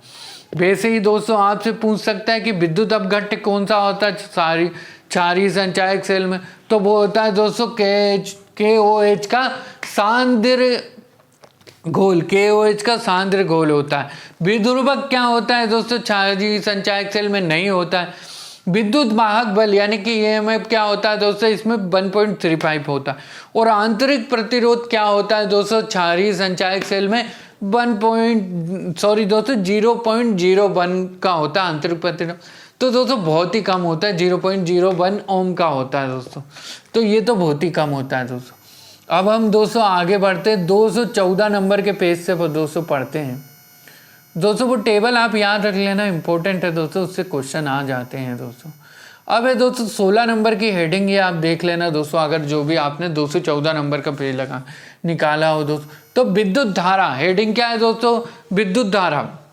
अब इसमें देख लेते हैं दोस्तों क्या क्या है विद्युत धारा में। तो विद्युत धारा जो होती है दोस्तों, तो किसी चालक में विद्युत आवेश के प्रवाह की दर को विद्युत धारा कहते हैं। क्वेश्चन पूछ सकता है किसी चालक में विद्युत आवेश के प्रवाह की दर को क्या कहते हैं, तो इसका जवाब है दोस्तों विद्युत धारा कहते हैं। क्या कहते हैं, विद्युत धारा कहते हैं किसी चालक में विद्युत आवेश के प्रवाह की दर को। विद्युत धारा की दिशा धन आवेश की गति की दिशा की ओर मानी जाती है। पूछ सकता है कि विद्युत धारा की दिशा किसकी ओर मानी जाती है, तो दोस्तों धन आवेश की गति की दिशा की ओर मानी जाती है। पूछ सकता है विद्युत धारा का एसआई मात्रक क्या होता है, दोस्तों एम्पियर होता है दोस्तों। कई बार ये दोस्तों क्वेश्चन आ चुका है, कई एग्जाम्स में ये क्वेश्चन आ चुका है। विद्युत धारा का एसआई मात्रक क्या होता है दोस्तों, एम्पियर होता है। और ये दोस्तों कैसी राशि, तो ये एक अदिश राशि है। इंपॉर्टेंट चीज याद रखना, विद्युत धारा का एसआई मात्रक है एम्पियर है। और राशि कैसी है विद्युत धारा, तो ये दोस्तों अदिश राशि है। तो हम दोस्तों इसकी ट्रिक बना लेते हैं कुछ याद करने की, क्योंकि ये दोस्तों फ्री के 1 नंबर दे के जाते हैं ऐसे क्वेश्चन। तो विद्युत धारा की दोस्तों क्या है एसआई मात्रक, एम्पियर है। तो इसको ट्रिक से दोस्तों याद करते हैं कि एम्पियर को दोस्तों हम एम्पायर से याद रख सकते हैं ना। तो एसआई ने दोस्तों एम्पायर को कहा कि सही ढंग से सही ढंग से एम्पायरिंग कर रहे भैया, है ना। तो विद्युत धारा, हाँ दोस्तों इसको ऐसे याद रख सकते हैं, जब विद्युत को धराया था दोस्तों हमने, जब वहाँ पे विद्युत को क्या धराया था दोस्तों, वहाँ पे हमने जब पढ़ा था कि विद्युत क्या कर रहा था, विद्युत को धराया था और एक फर्राटेदार एसआई ने तमाचा मारा था, है ना। फर्राटेदार यानी कि फेराडे दोस्तों, है ना, विद्युत को धराया था, है ना। विद्युत धारा का दोस्तों क्या हो रहा था दोस्तों, विद्युत धारिता था। इंपॉर्टेंट चीज दोस्तों, वहां पे विद्युत को धराया था तो उसमें विद्युत धारिता था, और ये है विद्युत धारा। तो दोस्तों क्या होता है कि ये चीजें कंफ्यूजिंग हो जाती है। तो विद्युत धारिता का एसआई मात्रक क्या था दोस्तों, वहां पे फेराडे था, और यहाँ पे दोस्तों विद्युत धारा है, और उसका एसआई मात्रक क्या है दोस्तों, एम्पियर है। तो हम दोस्तों इसको एम्पायर से याद करते हैं, क्योंकि अगर चीजें एक जैसी हो जाएंगी, एक तरीके से याद करेंगे तो थोड़ा कंफ्यूजिंग हो जाएगा दोस्तों। तो हम एम्पायर से याद कर लेते हैं कि एसआई ने एम्पायर को विद्युत को कुछ किस तरीके से याद करेंगे दोस्तों कि विद्युत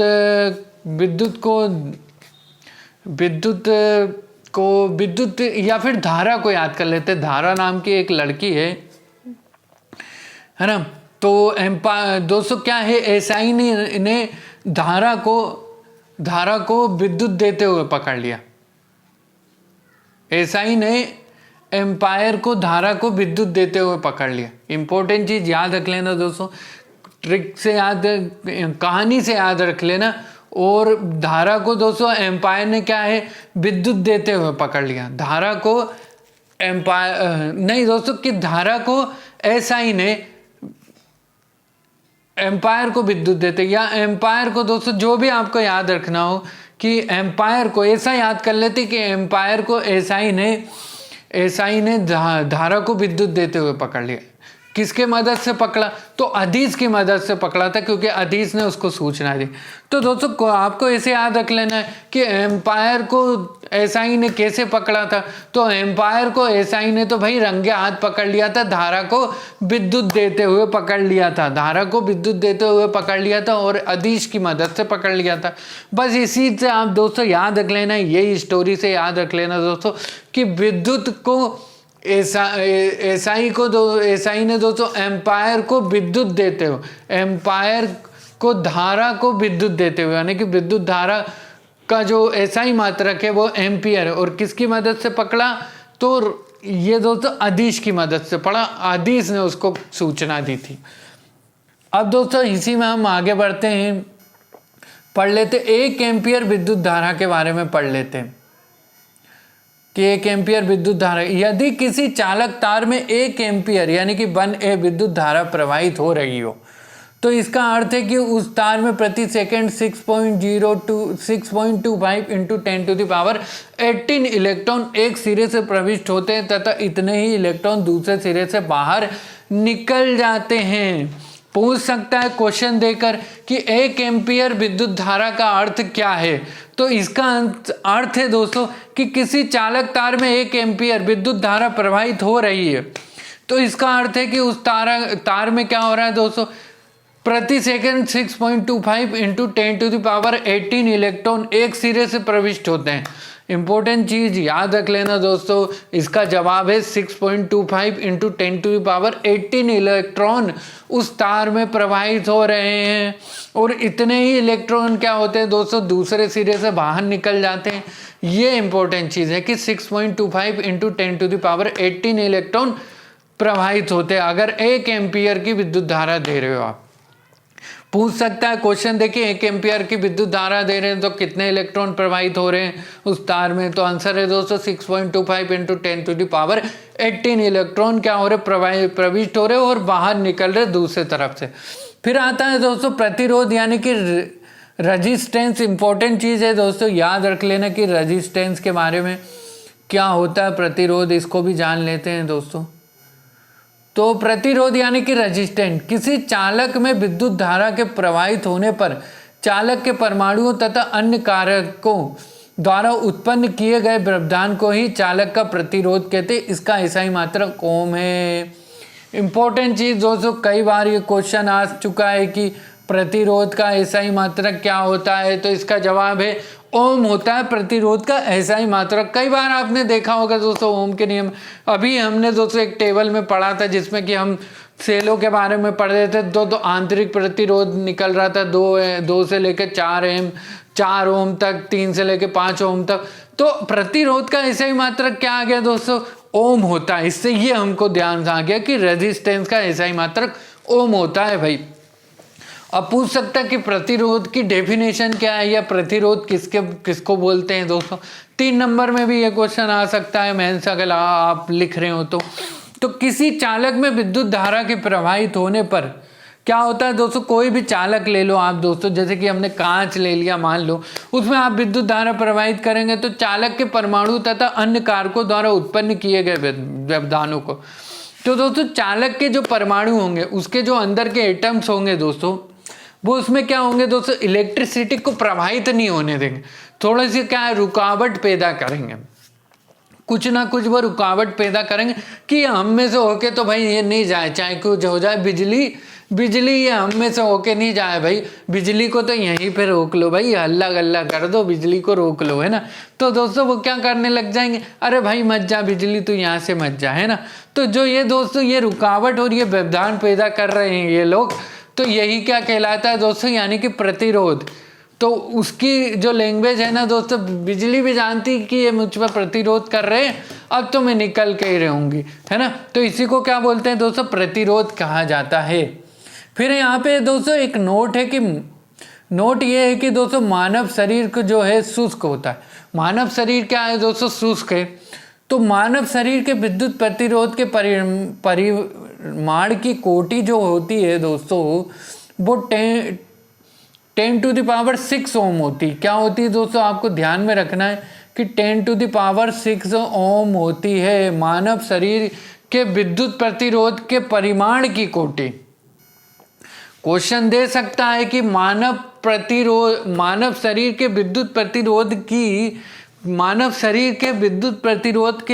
की परिमाण की कोटि क्या होती है। तो आंसर है दोस्तों इसका 10⁻6 ओम होती है, 10⁻6 ओम होती है। अब हम दोस्तों इसी में आगे देखते हैं, इंपॉर्टेंट चीज है दोस्तों, ओम के नियम के बारे में हम देख लेते हैं कि ओम का नियम है क्या है दोस्तों, कई बार आता ही है दोस्तों, इससे जुड़े कई क्वेश्चन आ चुके हैं दोस्तों। तो ओम का नियम ये है दोस्तों, यदि चालक की भौतिक अवस्था जैसे कि ताप आदि में कोई परिवर्तन न हो, तो चालक के सिरों पर लगाया गया विभवांतर उसमें प्रवाहित धारा के अनुक्रमानुपाती होता है। तो इम्पोर्टेंट चीज़ दोस्तों याद रख लेना कि यदि चालक की भौतिक अवस्था जैसे कि ताप हो गया है ना, टेम्परेचर चालक का है ना, कोई भी परिवर्तन ना हो, तो टेम्परेचर में जैसे कोई भी परिवर्तन ना हो, तो चालक के सिरों पर लगाया गया विभवांतर जो होता है दोस्तों उसमें प्रवाहित धारा के अनुक्रमानुपाती होता है। यदि किसी चालक के दो बिंदुओं के बीच विभवांतर कैपिटल V वोल्ट हो तथा उसमें प्रवाहित धारा कैपिटल I एम्पियर हो तो ओम के नियमानुसार, तो इम्पोर्टेंट चीज़ दोस्तों याद रख लेना, बोल देगा ओम का नियम क्या है इसमें से, और आपको क्या है दोस्तों 3-4 ऐसे मैथमेटिकल दे देगा कि B समानुपाती I, B व्युत्क्रमानुपाती I, ऐसी चीज़ें दे देगा। तो आपको ध्यान में रखना कि B समानुपाती I होता, और अगर आप मेंस लिख रहे होंगे तो भी डायरेक्ट 3 नंबर में क्वेश्चन आ जाएगा कि ओम का नियम, ओम्स लॉ को बताइए, है ना, ओम का नियम क्या होता है बताओ। तो आप अपनी लैंग्वेज में बता सकते हैं दोस्तों। पहले आप मैथमेटिकल भी लिख सकते हैं कि B समानुपाती I या B equal to RI। Important चीज़ याद रख लेना दोस्तों, B समानुपाती I या B इक्वल टू RI, है ना। तो ओम का नियम दोस्तों हम फिर से एक बार देख लेते हैं दोस्तों, ताकि हमको ये याद हो जाए दोस्तों, क्योंकि ये हर एग्जाम में आता ही है दोस्तों। मैं आपसे दोस्तों डिस्कस इसलिए करता हूँ ताकि आपको रटाए नहीं, चीज़ें याद हो जाएं, आपको फिर देखना नहीं पड़े, पलटना नहीं पड़े, आप बस एक बार पढ़ लेंगे तो आपको आराम से याद हो जाएगी। क्योंकि अगर समझ में आ गई ना चीज़ें तो हमको रटने की ज़रूरत नहीं, हम समझ के वहाँ पर ऑप्शन से टिक लगा देंगे। कोई डेफिनेशन एक बार फिर देख लेते हैं दोस्तों ओम के नियम की। यदि चालक की भौतिक अवस्था जैसे कि ताप आदि में कोई परिवर्तन ना है हो तो चालक के सिरों पर लगाया गया विभवांतर, जैसे कि चालक के सिरे मान लिए दोस्तों A और B पे हम क्या है विभवांतर, उसमें प्रवाहित धारा के, तो दोस्तों प्रवाहित धारा क्या हो रही, जैसे कि I प्रवाहित धारा हो रही, तो किसी चालक के दोस्तों है ना कि तो क्या होगा दोस्तों, यदि किसी चालक के दो बिंदुओं के बीच, तो प्रवाहित धारा क्या होगी दोस्तों अनुक्रमानुपाती होती है ना। तो दोस्तों जो विभवांतर लगाया जाता है ना दोस्तों उस धारा के अनुक्रमानुपाती होता है, B समानुपाती I या B इक्वल टू RI। ध्यान में रख लेना दोस्तों। क्वेश्चन में हम आगे बढ़ते हैं, जहाँ दोस्तों R क्या होता है दोस्तों, एक नियतांक होता है जो कि लिखा है दोस्तों, जिसे चालक का प्रतिरोध कहते हैं। भाई R नियतांक को क्या कहते हैं दोस्तों, चालक का प्रतिरोध कहा जाता है। अब वैसे ही आता है दोस्तों क्वेश्चन में हम देख लेते हैं कि ओमी प्रतिरोध यानी कि ओमिक रेजिस्टेंस किसको कहते हैं, जो चालक ओम के नियम का पालन करते हैं उनके प्रतिरोध को ओमी प्रतिरोध कहते हैं। जैसे कि दोस्तों मैग्नीज का तार, क्वेश्चन पूछ सकता है जो चालक ओम के नियम का पालन करते हैं उनके प्रतिरोध को क्या कहते हैं, तो आंसर है दोस्तों ओमी प्रतिरोध कहते हैं। जैसे कि दोस्तों मैग्नीज का तार, तो एग्जाम्पल देख के भी पूछ सकता है कि मैग्नीज का तार किसका उदाहरण है, तो आंसर है दोस्तों ओमी प्रतिरोध का उदाहरण है मैग्नीज का तार। अब दोस्तों इसमें एक और डेफिनेशन देख लेते हैं, अनओमी प्रतिरोध यानी कि नॉन ओमिक प्रतिरोध। तो वहां पे क्या हो रहा था दोस्तों, ओमी प्रतिरोध में जो भी ओम क्या कर रहा था दोस्तों, ओम के नियम का पालन कर रहा था, उसको हम ओमी प्रतिरोध। तो यहाँ पे नॉन ओमिक रेजिस्टेंस है दोस्तों, तो पक्की बात है ओम के नियम का पालन नहीं करता। अब डेफिनेशन देख लेते हैं दोस्तों कि जो चालक ओम के नियम का पालन नहीं करते हैं उनके प्रतिरोध को अनओमी प्रतिरोध कहते हैं। जैसे कि दोस्तों डायोड बल्ब का प्रतिरोध है ना, और ट्रायोड बल्ब का प्रतिरोध। इंपॉर्टेंट चीज दोस्तों क्वेश्चन दे के पूछ सकता है कि डायोड बल्ब का प्रतिरोध किसका पालन करता है, ओमी नियम का, अनओमी नियम का, या फिर दूसरे लॉ दे देगा, कूलाम्ब लॉ, स्थिर वैद्युत लॉ, या कुछ भी दे देगा। तो आपको दोस्तों अगर ध्यान में होगा, अगर आपने डेफिनेशन ध्यान से पढ़ी होगी और अगर आपने एग्जाम्पल पढ़ा होगा तो आप बता देंगे कि डायोड बल्ब का प्रतिरोध क्या होता है भैया, अनओमी नियम का पालन करता है। और ट्रायोड बल्ब का प्रतिरोध किस नियम का पालन करता है, तो आंसर है दोस्तों अनओमी नियम का पालन करता, मतलब ये ओम की तरह नहीं चलते हैं, जो भी हमने ओम का लॉ पढ़ा था कि विभवांतर हमने लगा दिया दोस्तों, और आई प्रतिरोध लगा दिया, तो V equal to R I. R कहाँ है, वहाँ पे एक नियतांक है, ये ओम का नियम था दोस्तों, यानी कि B समानुपाती आई जो है ओम का नियम था दोस्तों, तो ये इसका पालन नहीं कर रहा है दोस्तों। डायोड बल्ब का प्रतिरोध और ट्रायोड बल्ब का प्रतिरोध। अब हम इसी में दोस्तों आगे देखते हैं कि चालकता यानी कि कंडक्टर किसको बोलते हैं भाई। कंडक्टेंस याद रखना दोस्तों, कंडक्टेंस है ये।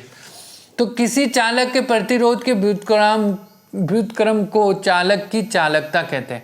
क्वेश्चन पूछ सकता है किसी चालक के प्रतिरोध के व्युत्क्रम को क्या कहते हैं, तो आंसर है दोस्तों चालक की चालकता कहते हैं। व्युत्क्रम के प्रतिरोध को क्या कहते हैं, चालक की चालक। इसे दोस्तों कैपिटल जी से सूचित करते हैं।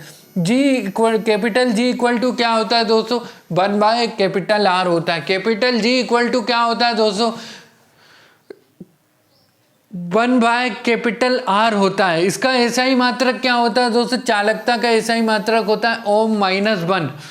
पूछ सकता है दोस्तों क्वेश्चन देखे कि चालकता का एसआई मात्रक क्या होता है, तो आंसर है दोस्तों ओम -1, है ना। या फिर ये दोस्तों यहाँ पे आपको साइन दिख रहा होगा, ये साइन देके भी पूछ सकता है ना। तो ओम -1, ओम का साइन आप देख लेना है दोस्तों, ये याद कर लेना है दोस्तों, उल्टा ओम टाइप का बन रहा है दोस्तों, जिसे महो भी कहते हैं। पूछ सकता है दोस्तों चालक का एसआई मात्रक क्या है, तो अगर आपको दोस्तों महो दे दिया तो आप टेंशन में हो जाएंगे कि ये क्या दे दे, तो ओम -1 या महो भी कहते हैं। तो चालकता का एसआई मात्रक क्या है दोस्तों, ओम -1 या फिर महो। चालकता का दोस्तों एसआई मात्रक क्या है, इंपॉर्टेंट चीज याद रख लेना दोस्तों, ओम -1 या महो। इसका एसआई मात्रक दोस्तों सीमेन भी होता है, ये भी पूछ सकता है कि चालकता का एसआई मात्रक क्या है, ओम -1 ऑप्शन दे देगा, ओ महो ऑप्शन बी, ऑप्शन सी दे देगा दोस्तों सीमेन, है ना, और ऑप्शन डी दे देगा ये सभी। तो आंसर है दोस्तों ये सभी डी, यानी कि ओम -1, महो और सीमेन तीनों क्या होते हैं दोस्तों, चालकता के एसआई मात्रक होते, कंडक्टेंस के एसआई मात्रक होते, ध्यान में रखना दोस्तों। और इसे दोस्तों किससे सिंबल, किससे सूचित किससे किया जाता है, तो आंसर है दोस्तों कैपिटल जी से। अब हम इसी में दोस्तों आगे बढ़ते हैं कि विशिष्ट प्रतिरोध यानी कि स्पेसिफिक रेजिस्टेंस किसको कहते हैं। तो किसी चालक का प्रतिरोध उसकी लंबाई के अनुक्रमानुपाती तथा उसके अनुप्रस्थ काट के क्षेत्रफल के व्युत्क्रमानुपाती होता है। कोई दोस्तों चालक का जो प्रतिरोध होता है किसके अनुक्रमानुपाती होता है, तो भाई उसकी लंबाई के अनुक्रमानुपाती होता है, तथा उसके अनुप्रस्थ काट के क्षेत्रफल के क्या होता है भाई, व्युत्क्रमानुपाती होता है। अर्थात क्या होता है दोस्तों, यदि चालक की लंबाई कैपिटल कैपिटल नहीं है, स्मॉल एल टाइप का है, और उसके अनुप्रस्थ काट का क्षेत्रफल क्या हो दोस्तों, कैपिटल ए है, तो आर समानुपाती L/A क्या है दोस्तों, आर समानुपाती L/A होगा। विशिष्ट प्रतिरोध क्या होगा दोस्तों, आर समानुपाती L/A होगा, है ना। अब जैसे ही दोस्तों आर इक्वल टू क्या है, rho into L/A, rho into L। यहाँ पे दोस्तों रो क्या है दोस्तों, एक नियतांक है जिसे चालक का विशिष्ट प्रतिरोध कहा जाता है।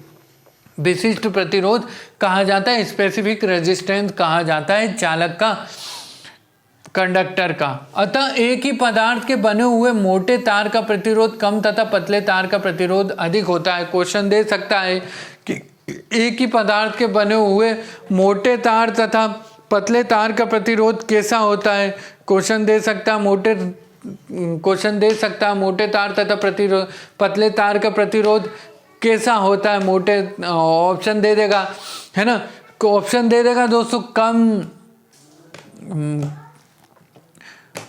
कम ज़्यादा, है ना, ज़्यादा कम बराबर, या फिर इनमें से कोई नहीं, ऐसे ऑप्शन दे देगा। तो आंसर आपको दोस्तों याद रखना है कि मोटे तार का जो प्रतिरोध होगा कम होगा और पतले तार का प्रतिरोध भाई अधिक होगा। जैसे कि दोस्तों आपने 2 तार ले लिए, तो मोटे तार में से क्या होगा दोस्तों, इलेक्ट्रिसिटी नहीं निकलेगी ज़्यादा, और इसमें से ज़्यादा निकल जाएगी दोस्तों प्रतिरोध। तो आप दोस्तों ध्यान में रख लेना दोस्तों। अब इसमें आगे बढ़ते हैं कि इसमें दोस्तों विशिष्ट चालकता यानी कि कंडक्टिविटी को देख लेते हैं हम। कंडक्टिविटी को देख लेते हैं दोस्तों इसी में।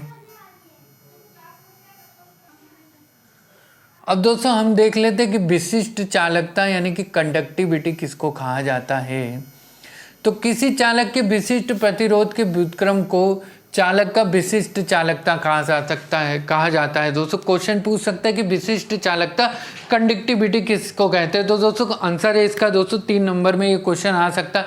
तो किसी चालक के विशिष्ट प्रतिरोध के व्युत्क्रम को चालक की विशिष्ट चालकता कहते हैं। क्या कहते हैं दोस्तों? किसी चालक के विशिष्ट प्रतिरोध के व्युत्क्रम को क्या कहते हैं दोस्तों? विशिष्ट चालकता।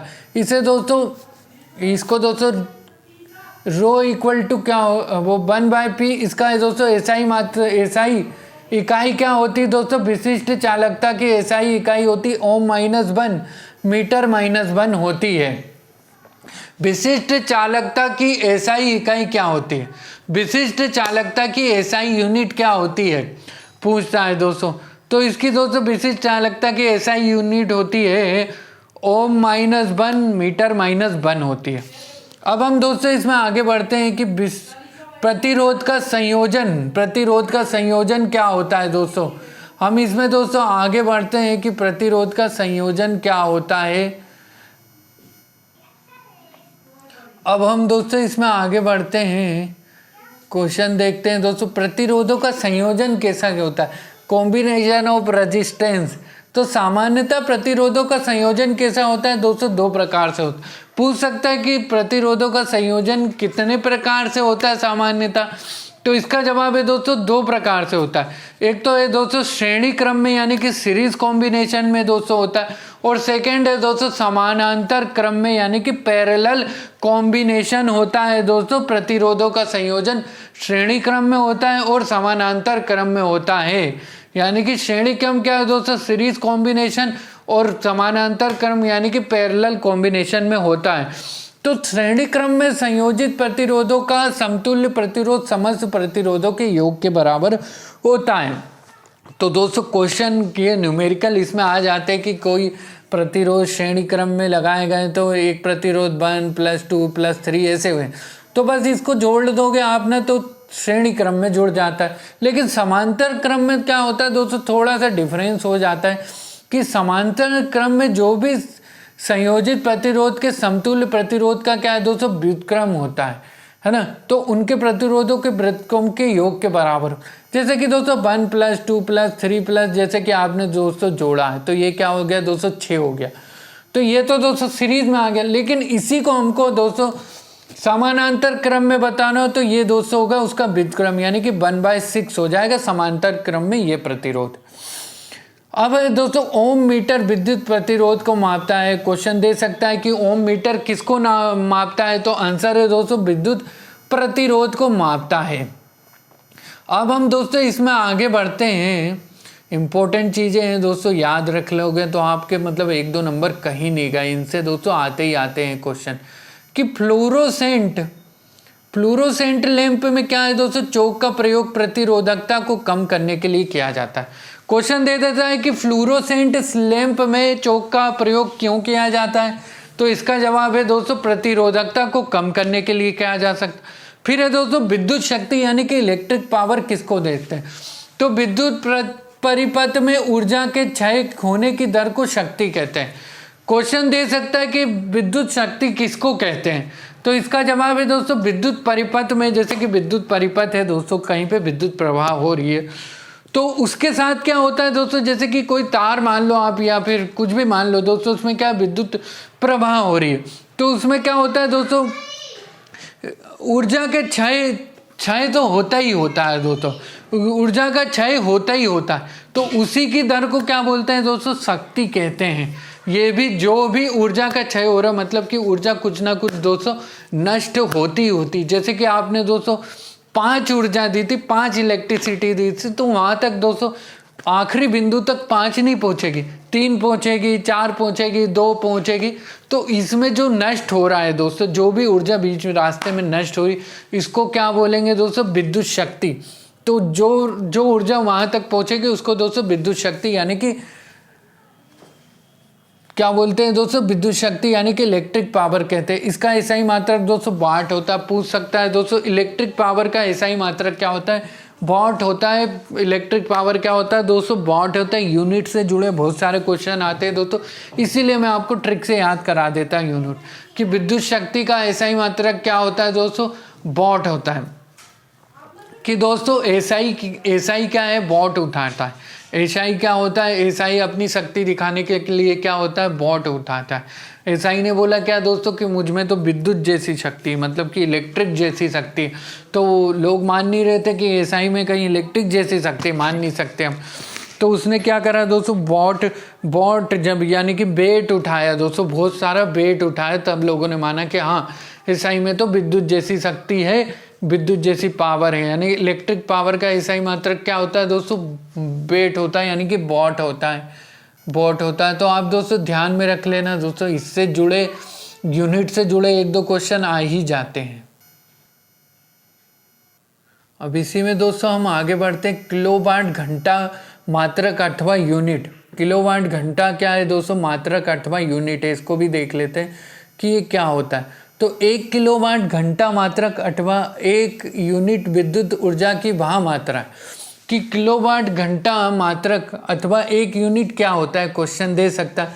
तो ये दोस्तों 1 यूनिट विद्युत ऊर्जा की वह मात्रा है जो किसी परिपथ में 1 घंटे में व्यय होती है, जबकि परिपथ में 1 किलोवाट की शक्ति हो। क्या है दोस्तों, 1 किलोवाट घंटा मात्रक अथवा 1 यूनिट जो है दोस्तों, क्या होता है दोस्तों, 1 यूनिट जो होती है विद्युत ऊर्जा की वह मात्रा जो कि किसी परिपथ में 1 घंटे में व्यय होती है, जबकि परिपथ में 1 किलोवाट की शक्ति हो। किलोवाट घंटा मात्रक क्या होता है दोस्तों, किलोवाट घंटा का मात्रक यहाँ पे दोस्तों मैंने यहाँ पे अंडरलाइन कर दिया। तो किलोवाट घंटा मात्रक क्या होता है दोस्तों, वोल्ट इंटू एम्पियर इंटू घंटा by 1000, volt into ampere into घंटा by 1000 equal to watt into घंटा बाय 1000। याद रखना दोस्तों, इंपॉर्टेंट चीज़ है, याद रख लेना दोस्तों। अब दोस्तों हम पढ़ लेते हैं अमीटर क्या क्या होता है। अमीटर क्या होता है इसको भी ध्यान में रख लेते हैं दोस्तों। तो दोस्तों अमीटर है जो दोस्तों विद्युत धारा को एम्पियर में मापने के लिए अमीटर नामक यंत्र का प्रयोग किया जाता है। क्वेश्चन पूछ सकता है कि विद्युत धारा को एम्पियर में मापने के लिए किस यंत्र का यूज़ किया जाता है, तो आंसर है दोस्तों अमीटर यंत्र का यूज़ किया जाता है विद्युत धारा को एम्पियर में नापने के लिए। क्वेश्चन दोस्तों मैं आपसे बार बार डिस्कस इसलिए करता हूं क्योंकि इन्हीं से जुड़े क्वेश्चन यहाँ आते हैं दोस्तों कि विद्युत धारा को एम्पियर में मापने के लिए किस यंत्र का यूज़ करते हैं, तो अमीटर का यूज़ करते हैं। इसे परिपथ में सदैव श्रेणी क्रम में लगाया जाता है। क्वेश्चन दे सकता है कि विद्युत कि अमीटर को परिपथ में किस क्रम में लगाया जाता है, दे देगा श्रेणी क्रम में, समांतर क्रम में, तो फिर सी ऑप्शन में लिख देगा दोनों में, है ना, और डी ऑप्शन में लिख देगा कि इनमें से किसी नहीं, मतलब किसी में नहीं। तो इसका जवाब है दोस्तों परिपथ में अमीटर हमेशा श्रेणी क्रम में ही लगेगा। श्रेणी क्रम में क्या होता है दोस्तों, जो भी योग होता है वो डायरेक्ट लिख दिया जाता है, लेकिन समानांतर क्रम में होता है जो भी योग आता है उसको व्युत क्रम में लिखा जाता है। तो दोस्तों हम क्या है, परिपथ में अमीटर हमेशा श्रेणी क्रम में ही लगाएंगे दोस्तों। एक आदर्श अमीटर का प्रतिरोध क्या होता है दोस्तों, शून्य होता है। पूछ सकता है दोस्तों एक आदर्श अमीटर का प्रतिरोध क्या होता है, आंसर है दोस्तों शून्य होता है। क्यों शून्य होता है भाई, अगर दोस्तों वहाँ से अगर प्रवाहित इलेक्ट्रिसिटी को नापना पड़ेगा दोस्तों, तो अमीटर का प्रतिरोध तो शून्य होना ही चाहिए, क्योंकि जो उसको दोस्तों इलेक्ट्रिसिटी नापनी है तो उस तक जो इलेक्ट्रिसिटी प्रवाहित होगी उसमें कोई भी रुकावट नहीं आएगी, तभी तो वो नाप पाएगा दोस्तों। इसलिए प्रतिरोध क्या है, शून्य होता है। एक आदर्श मतलब अच्छा अमीटर का प्रतिरोध क्या होना चाहिए दोस्तों, शून्य होना चाहिए। फिर आता है दोस्तों वोल्ट मीटर किसको बोलते हैं, तो वोल्ट मीटर का प्रयोग परिपथ के किन्हीं दो बिंदुओं के बीच विभवांतर मापने के लिए किया जाता है। क्वेश्चन दे सकता है कि वोल्ट मीटर का प्रयोग क्यों किया जाता है, तो आंसर है दोस्तों दो बिंदुओं के बीच विभवांतर को मापने के लिए किया जाता है। इसे परिपथ में सदैव समांतर क्रम में लगाया जाता है।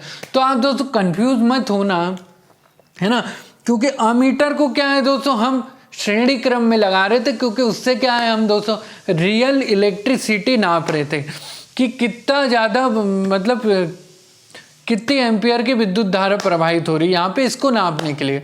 तो हम इसलिए इसको श्रेणी क्रम में लगा रहे थे कि रियल योग पता पड़ जाए। लेकिन दोस्तों विद्युत विभवांतर, जब दोस्तों हम क्या विभवांतर हमको नापना होगा, तो हम वोल्ट मीटर को किस में नापेंगे दोस्तों, समानांतर क्रम में लगाकर ही नापते हैं। अब दोस्तों हम आगे बढ़ते हैं। ये सारी चीज़ें मैं आपको बार बार इसलिए डिस्कस करा रहा हूँ दोस्तों, ये बार बार क्वेश्चन आए हुए हैं हर एग्ज़ाम में दोस्तों, ये क्वेश्चन आ ही जाते, इनसे एक दो क्वेश्चन कहीं नहीं जाते। एक आदर्श वोल्ट मीटर का प्रतिरोध क्या होता है दोस्तों, अनंत होता है। वहाँ पे क्या हो रहा था दोस्तों, एक आदर्श अमीटर क्या हो रहा था दोस्तों, शून्य प्रतिरोध का, और यहाँ पे हो रहा है कि आदर्श वोल्ट मीटर का क्या प्रतिरोध होता है दोस्तों, अनंत होता है। अब आता है दोस्तों इलेक्ट्रिक फ्यूज यानी कि विद्युत फ्यूज को जान लेते हैं। तो विद्युत फ्यूज का प्रयोग परिपथ में लगे उपकरणों की सुरक्षा के लिए किया जाता है। क्वेश्चन दे सकता है कि विद्युत फ्यूज का प्रयोग क्यों किया जाता है, तो इसका जवाब है दोस्तों कि परिपथ में लगे उपकरणों की सुरक्षा के लिए किया जाता है विद्युत फ्यूज का प्रयोग। अब दोस्तों यहाँ जो होता है विद्युत फ्यूज किसका बना होता है, यह टीन व शीशे की मिश्र धातु का बना होता है। क्वेश्चन दे सकता है कि विद्युत फ्यूज किसका बना होता है, तो इसका जवाब है दोस्तों टीन व शीशे का बना होता है, जिसमें कि टीन कितना होता है दोस्तों 63% होता है, और शीशा क्या होता है दोस्तों 37% होता है। याद रख लेना दोस्तों कि विद्युत फ्यूज किसका बना होता है दोस्तों, टीन और शीशे का बना होता है, टीन प्लस शीशे, जिसमें कि टीन होता है 63% और फ्यूज होता है 37% होता है। अब दोस्तों यह सदैव परिपथ के साथ श्रेणी क्रम में जोड़ा जाता है कि विद्युत फ्यूज को दोस्तों किस क्रम में जोड़ा जाता है, तो आंसर है दोस्तों श्रेणी क्रम में। इसका गलनांक दोस्तों क्या होता है, कम होता है। विद्युत फ्यूज का गलनांक क्या होता है दोस्तों, कम होता है, क्योंकि इलेक्ट्रिसिटी बढ़ेगी कम होगी दोस्तों, तो ये क्या होता है दोस्तों हाली फ्यूज हो जाता है विद्युत फ्यूज, इसलिए इसका गलनांक कम होता है दोस्तों। फिर हम दोस्तों आगे बढ़ते हैं कि गैल्वेनोमीटर, ये दोस्तों सारे क्वेश्चन हर एग्जाम में आए हुए हैं, ये बहुत इंपॉर्टेंट चीज़ें हैं दोस्तों, इनको ध्यान में रख लेना। गैल्वेनोमीटर तो विद्युत परिपथ में विद्युत धारा की उपस्थिति बताने वाला एक यंत्र है।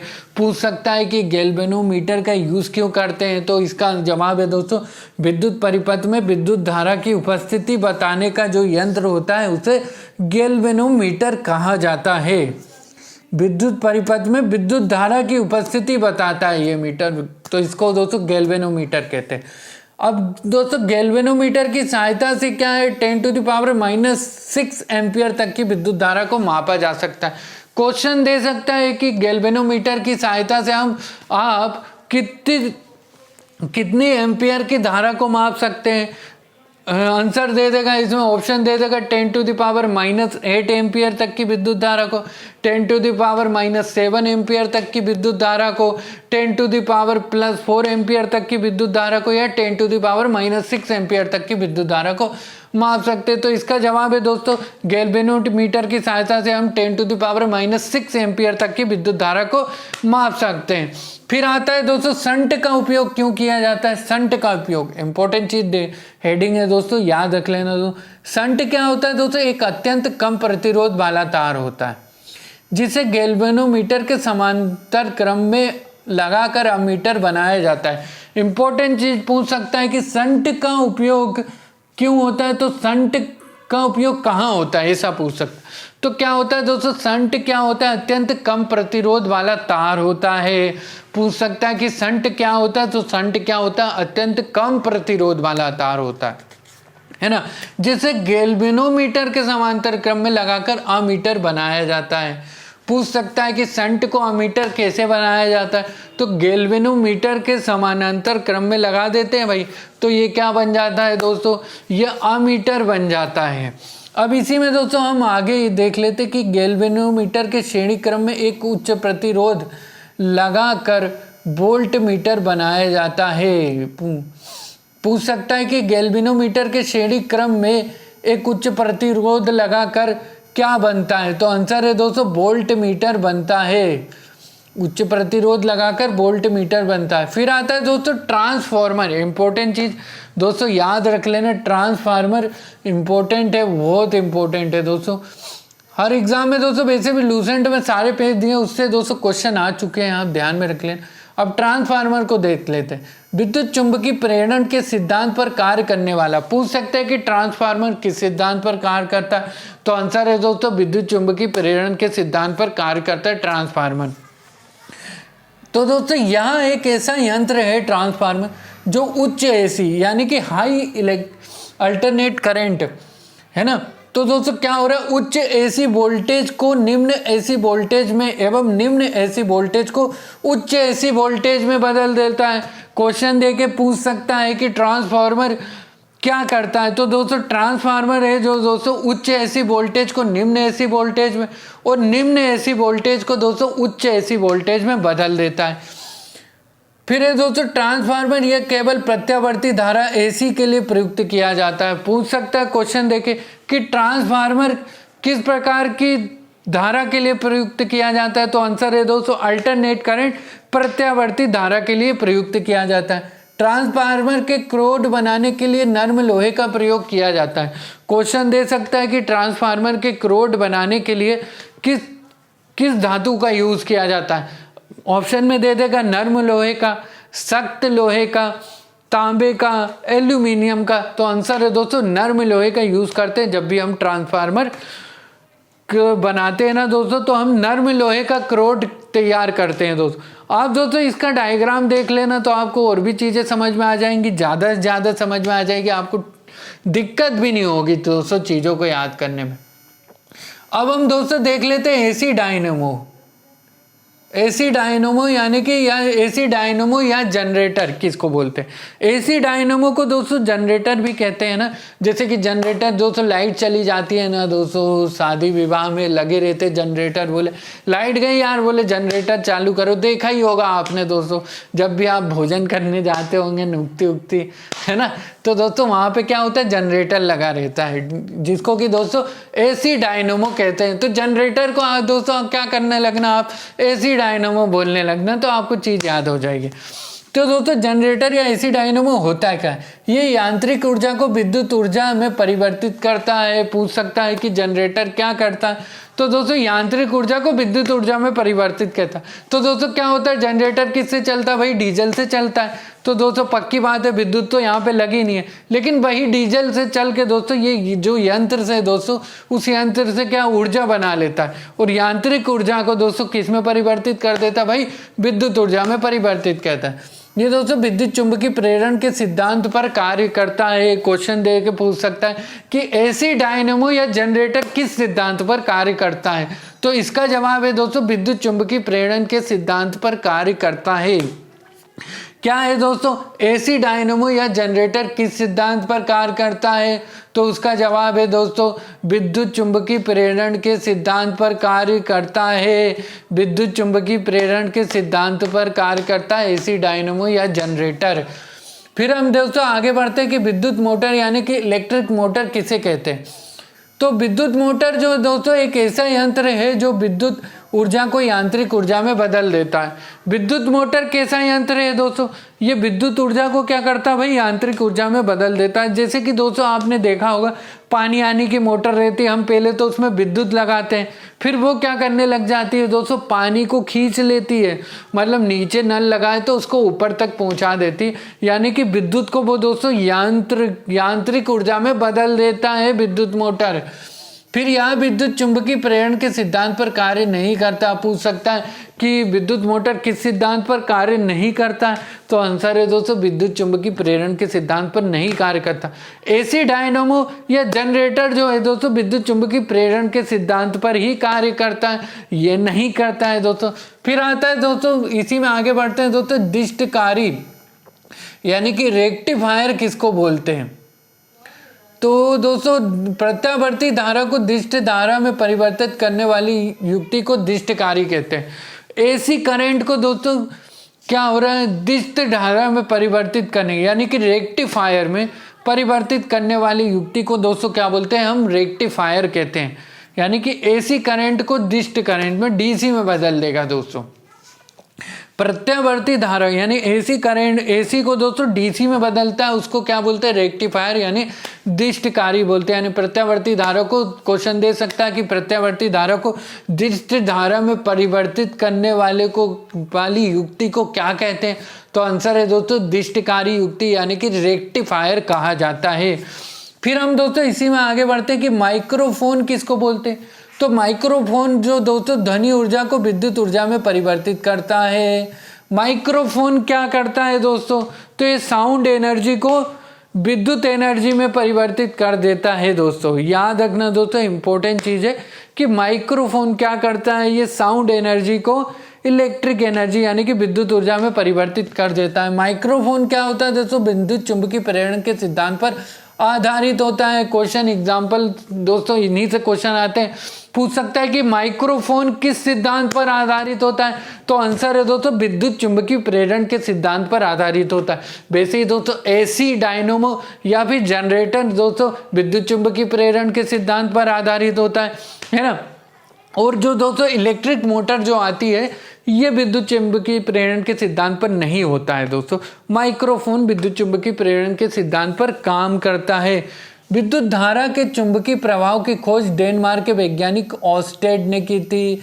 इंपॉर्टेंट चीज दोस्तों नोट लिख लेना दोस्तों, याद रख लेना कि विद्युत धारा के चुंबकीय प्रभाव की खोज किसने की थी, पूछ सकता है। तो इसका आंसर है दोस्तों डेनमार्क के वैज्ञानिक है ऑस्टेड ने की थी विद्युत धारा के चुंबकीय प्रभाव की खोज। इंपॉर्टेंट चीज याद रख लेना दोस्तों, विद्युत धारा के चुंबकीय प्रभाव की खोज किसने की थी, पूछ सकता है दोस्तों। तो ये दोस्तों वैज्ञानिक है दोस्तों ऑस्टेड ने की थी। अब हम दोस्तों इसी में आगे बढ़ते हैं कि प्राथमिक शक्ति, इसी में दोस्तों ये एक और पैराग्राफ है कि प्राथमिक शक्ति स्टेशनों पर क्या है दोस्तों, इसी में पैराग्राफ है कि प्राथमिक शक्ति स्टेशनों पर जो विद्युत धारा उत्पन्न होती वह प्रत्यावर्ती धारा होती है। क्वेश्चन दे के पूछ सकता है कि प्राथमिक शक्ति स्टेशनों पर कौन सी धारा उत्पन्न होती है? तो आंसर है दोस्तों ये प्रत्यावर्ती धारा होती, ऐसी होती, अल्टरनेट करंट होता। तथा उसकी वोल्टेजता भी पूछ सकता है कितनी वोल्टेजता होती है? तो आंसर है दोस्तों 22,000 वोल्टेजता होती है जो प्राथमिक स्टेशनों पर उत्पन्न होती है धारा। 22,000 वोल्टेज के बराबर या इससे अधिक होती है दोस्तों, है ना, अधिक हो सकती। ग्रिड उप स्टेशन ट्रांसफार्मर की सहायता से वोल्टेजता बढ़ा देते। तो क्वेश्चन दे सकता है कि दोस्तों कि ग्रिड उप स्टेशन क्या करते हैं? तो दोस्तों ये जो स्टेशंस होते हैं ग्रिड उप स्टेशन, ये क्या करते हैं दोस्तों, ट्रांसफार्मर की मदद से क्या करते हैं, वोल्टेजता को बढ़ा देते हैं। ट्रांसफार्मर की मदद से क्या करते हैं दोस्तों, वोल्टेजता को बढ़ा देते हैं, जो कि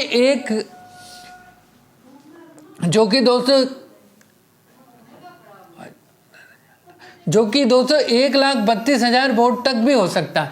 जो ये उप स्टेशन है दोस्तों ट्रांसफार्मर की सहायता से जो भी वोल्टेजता को बढ़ाते हैं, ये दोस्तों ये इतनी वोल्टेजता को बढ़ा सकते हैं कि 1,32,000 वोल्ट तक भी हो सकती है वोल्टेजता, ताकि विद्युत संचरण में विद्युत ऊर्जा का क्षय बहुत कम हो। क्यों दोस्तों, क्यों करते हैं दोस्तों ये उप स्टेशन विद्युत वो क्या करते हैं दोस्तों, ये वोल्टेजता को क्यों बढ़ाते हैं?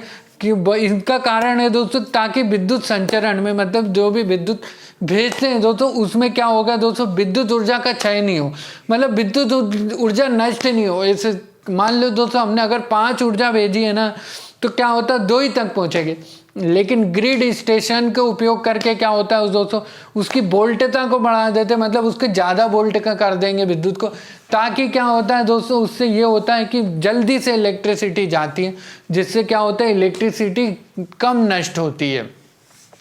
और इससे क्या होता है दोस्तों, ज़्यादा लोगों तक ये इलेक्ट्रिसिटी पहुंचती है। अब ये दोस्तों कल हम पढ़ेंगे चुंबकत्व के बारे में, 17 नंबर की हेडिंग है ये दोस्तों। तो दोस्तों आप बाकी जितने भी मैंने आपको सारे लेक्चर देख लेना, आप प्लेलिस्ट में मैंने डाल दिए हैं। 214 नंबर के पेज तक हमने पढ़ लिया है दोस्तों। अब हम पढ़ेंगे दोस्तों 215 नंबर के पेज पे, कल चुंबकत्व के बारे में पढ़ेंगे। तो दोस्तों आपको चीज़ें रटनी नहीं पड़ेगी, मैं आपको सारे क्वेश्चन डिस्कस करा देता हूँ। अगर ट्रिक होती तो ट्रिक भी इसमें डाल देता हूँ दोस्तों, ताकि हमको दोस्तों कॉन्सेप्ट भी याद हो जाए और ट्रिक भी याद हो जाए, ताकि हमारा एक भी नंबर नहीं जाए। तो दोस्तों लाइक शेयर सब्सक्राइब और कमेंट करते रहिए। अब मिलते हैं दोस्तों अगली क्लास में। दोस्तों ऊपर के आई बटन में दोस्तों प्लेलिस्ट दी है दोस्तों मैंने, लूसेंट जीके के नाम से, इसमें सारे मैंने वीडियो डाल दिए हैं, तो आप दोस्तों जाके देख लेना। ज़्यादा से ज़्यादा लाइक कीजिए, सब्सक्राइब कीजिए और कमेंट करिए दोस्तों, ज़्यादा से ज़्यादा लोगों को शेयर करिए दोस्तों। अब मिलते हैं अगली क्लास में दोस्तों, है ना, चुंबकत्व के साथ में। जय हिंद, जय भारत, वंदे मातरम।